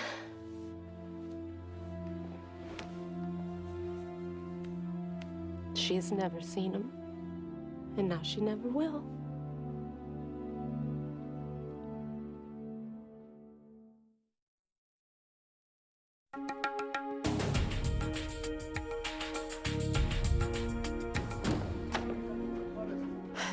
I got a problem. What? My cousin's dating a bad guy. He's gonna get taken down tonight in a federal narcotics bust, and she's planning on being with him. What are you gonna do? This idiot's got her using ecstasy. If we could have somebody snatch her up and put her into the system overnight, at least she wouldn't be there with him. I'll do it. You sure? Where's she gonna be? She lives with my aunt over on Columbia Street. I know she'll be going there between 4:30 and 5, and she'll be holding enough for misdemeanor. I'll need a description, an address, and a photo. I got one in my bag. Thanks, Laura.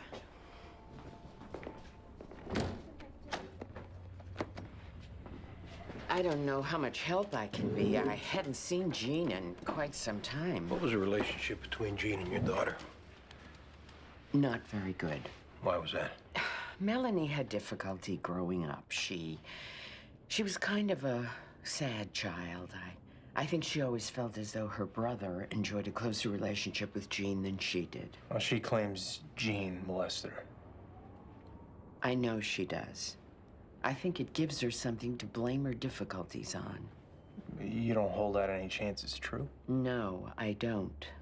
Jean may not have been the most attentive of husbands, but as a father, those kids were lucky to have him. Is your daughter capable of killing him? No. She seems to have a lot of anger towards him. It's not something she would do. She's not a violent person. She's quiet, shy. Just getting through her day-to-day life is hard enough for her. She doesn't think in terms of killing anyone. Well, how is her day-to-day life hard? She worries about everything, from hurricanes to nuclear bombs on the subway. One day I called her and she told me the ice was melting on the North Pole and the weather was going to change. I didn't understand what she was talking about. Did she worry about her daughter? Oh, constantly. It was only in the last year that she let her stay overnight with me. And because the girl absolutely adores her uncle, once in a great while, she lets her stay with my son. You know the last time that happened? I think he had her yesterday.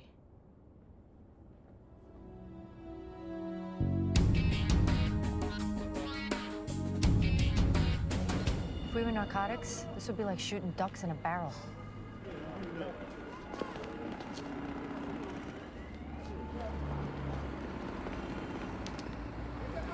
That's her.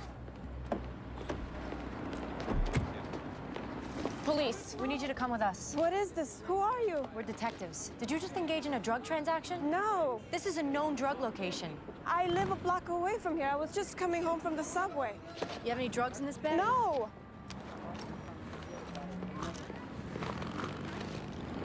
What are these? Nothing. They're not even mine. Whose are they? Put your hands behind your back. Am I under arrest? Yep.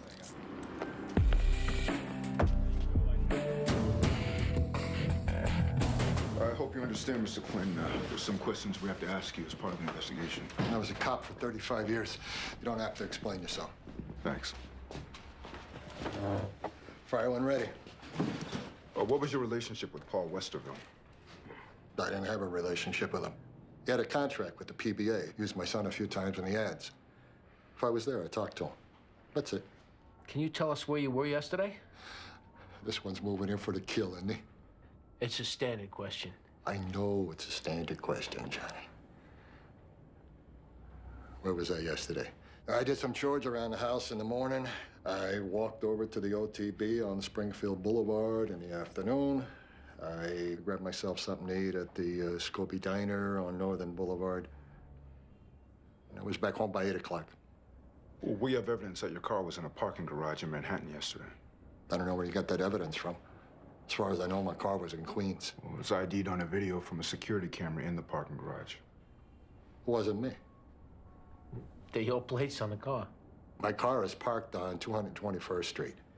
Once a week, Tuesday mornings between 10 and 12, the street sweepers come, and I gotta move it. Other than that, it sits. And you're telling me it was in the city?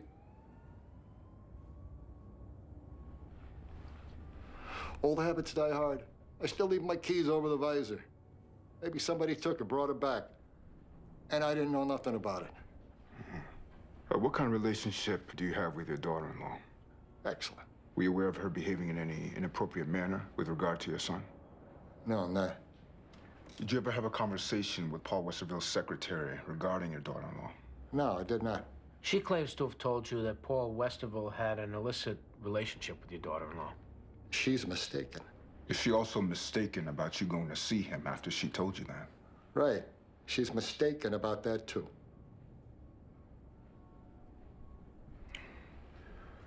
Mr. Quinn, there's a sign-in log in Westerville's office building. There's security camera tapes. You're not going to find my name in any sign-in books. You're not going to ID me from any security camera tapes. You want to check my guns? I'll sign a consent form. You can test fire every one of them. Knowing what you know, we could understand you being angry. We could understand you going to see him. We could understand that there might have been a struggle. Save yourself the exercise, kid. I didn't go see him. There was no struggle. I didn't kill him. Nah, you want me to wait around here while you figure out what you're going to do? Yeah. No problem.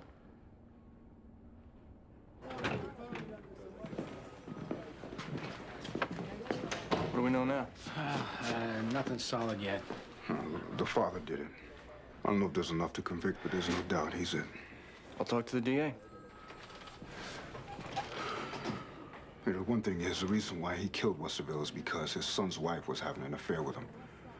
Now, we make an arrest, his son's gonna know about that affair. I don't know if there's anything we can do about that. I understand.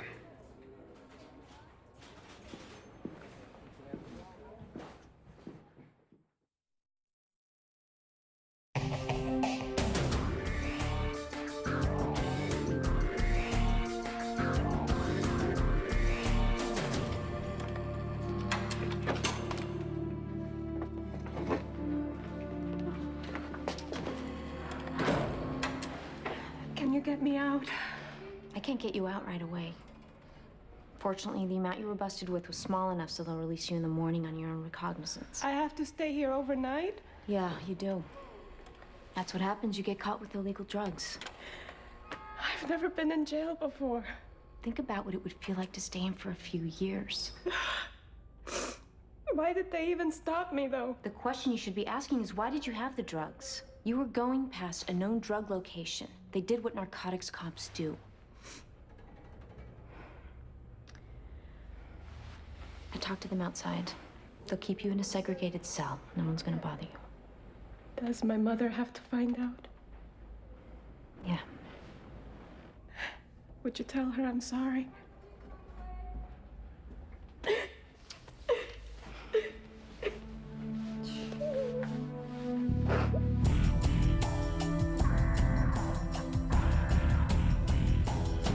You were taking care of your niece yesterday, Alex? My sister had to work late, so she parked her with me for a few hours. What'd you do with her? Walked.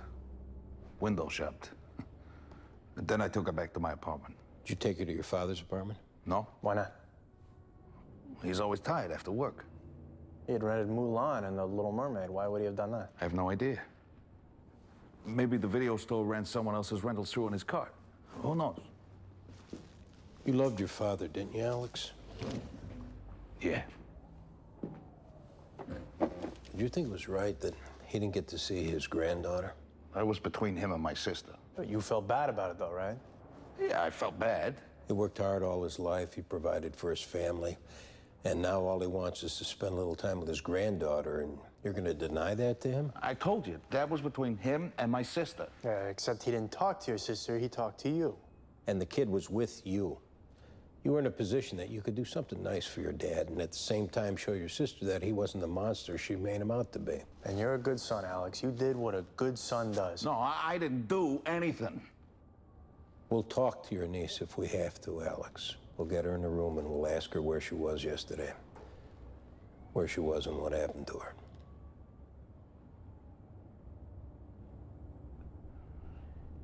He wanted to give her dinner. And he wanted it to be just the two of them. And what did you find when you came back for her? She was sitting on the couch. The movie was playing in the VCR, but she wasn't watching it. He was in the other room. All she said to me was that her underpants went backwards. What did you do? I told her to go into the bathroom, to turn him back around. I took her home to her mother.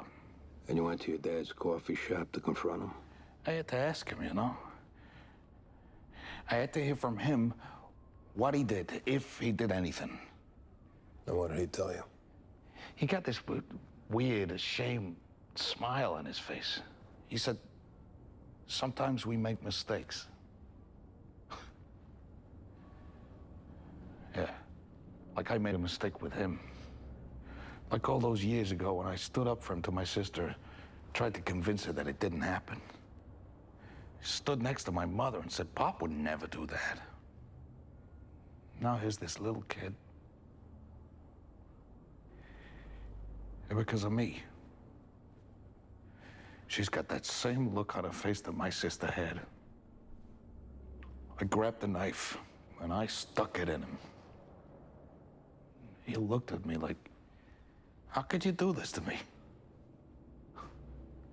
I don't know, Pop. How could you do that to them?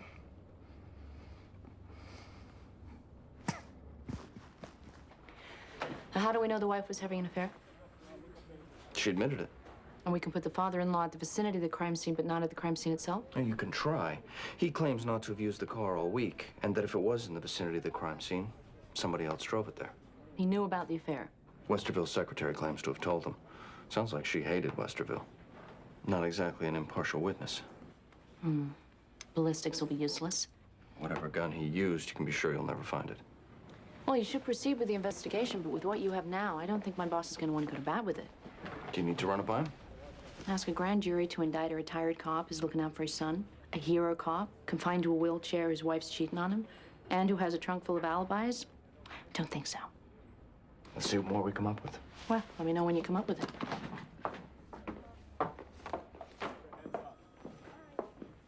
Hey, good looking. Hey. What makes you think I was talking to you?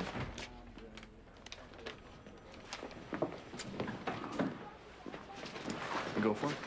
He found out his father molested his niece. He's writing up his statement now. That'll knock it down to manslaughter. He's still gonna do 5 years. There's nothing we can do about that, unfortunately. Oh, Brendan Quinn left a message for you. Dinner at 8. Just like the play.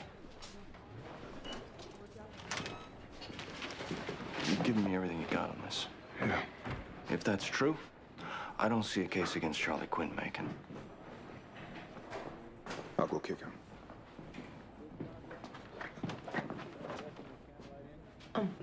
I'd like to know what's going on with my brother. Why don't you coming back here, Melanie?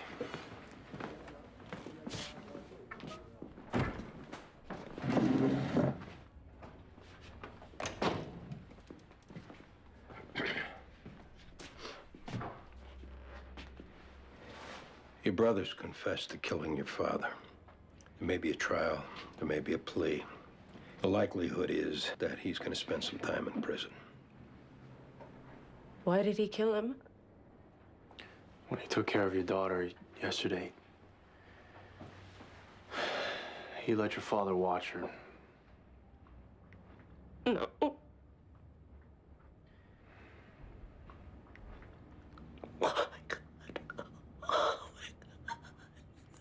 Your father's not gonna do this to anyone else.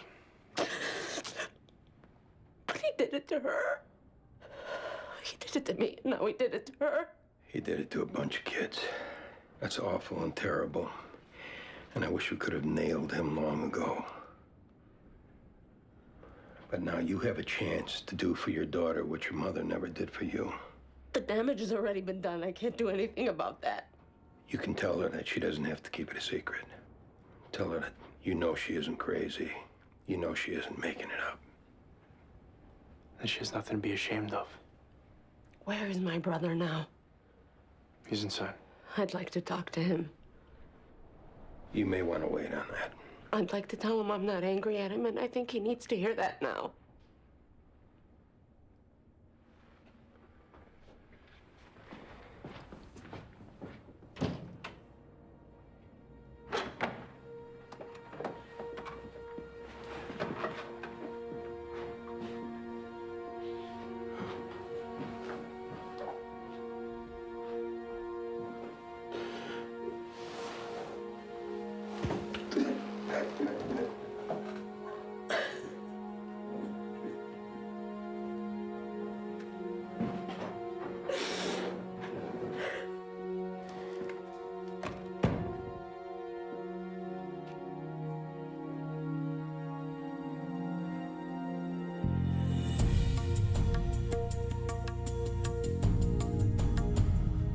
Sheila, the lasagna's fantastic. Thank you. We're planning a trip to Italy. Speaking of lasagna. Brendan's never been there. No, I've never been there either. Well, first you gotta get somebody to go with. Yeah, that's true. Hey, honey, can I have a minute with Baldwin? Sure. You know, she figured out all the logistics. What hotels are best for accommodating a chair, everything. Yeah, that's great. Not the easiest thing in the world being married to me. She seems to be doing okay. I want you to know I had a little talk with her. Also with my father. I let them both know that I can accept certain things. What are we talking about, Brendan? My wife loves me. I don't have any doubt about that. We talk, we laugh. There's a million and one things we know about each other that no one else in the world will ever know, but I also know there's things she needs that she can't get from me. Things that maybe she can only get from another person. I told my father, if it's a choice between that and losing her, I can accept it. And your father understands this? Yeah.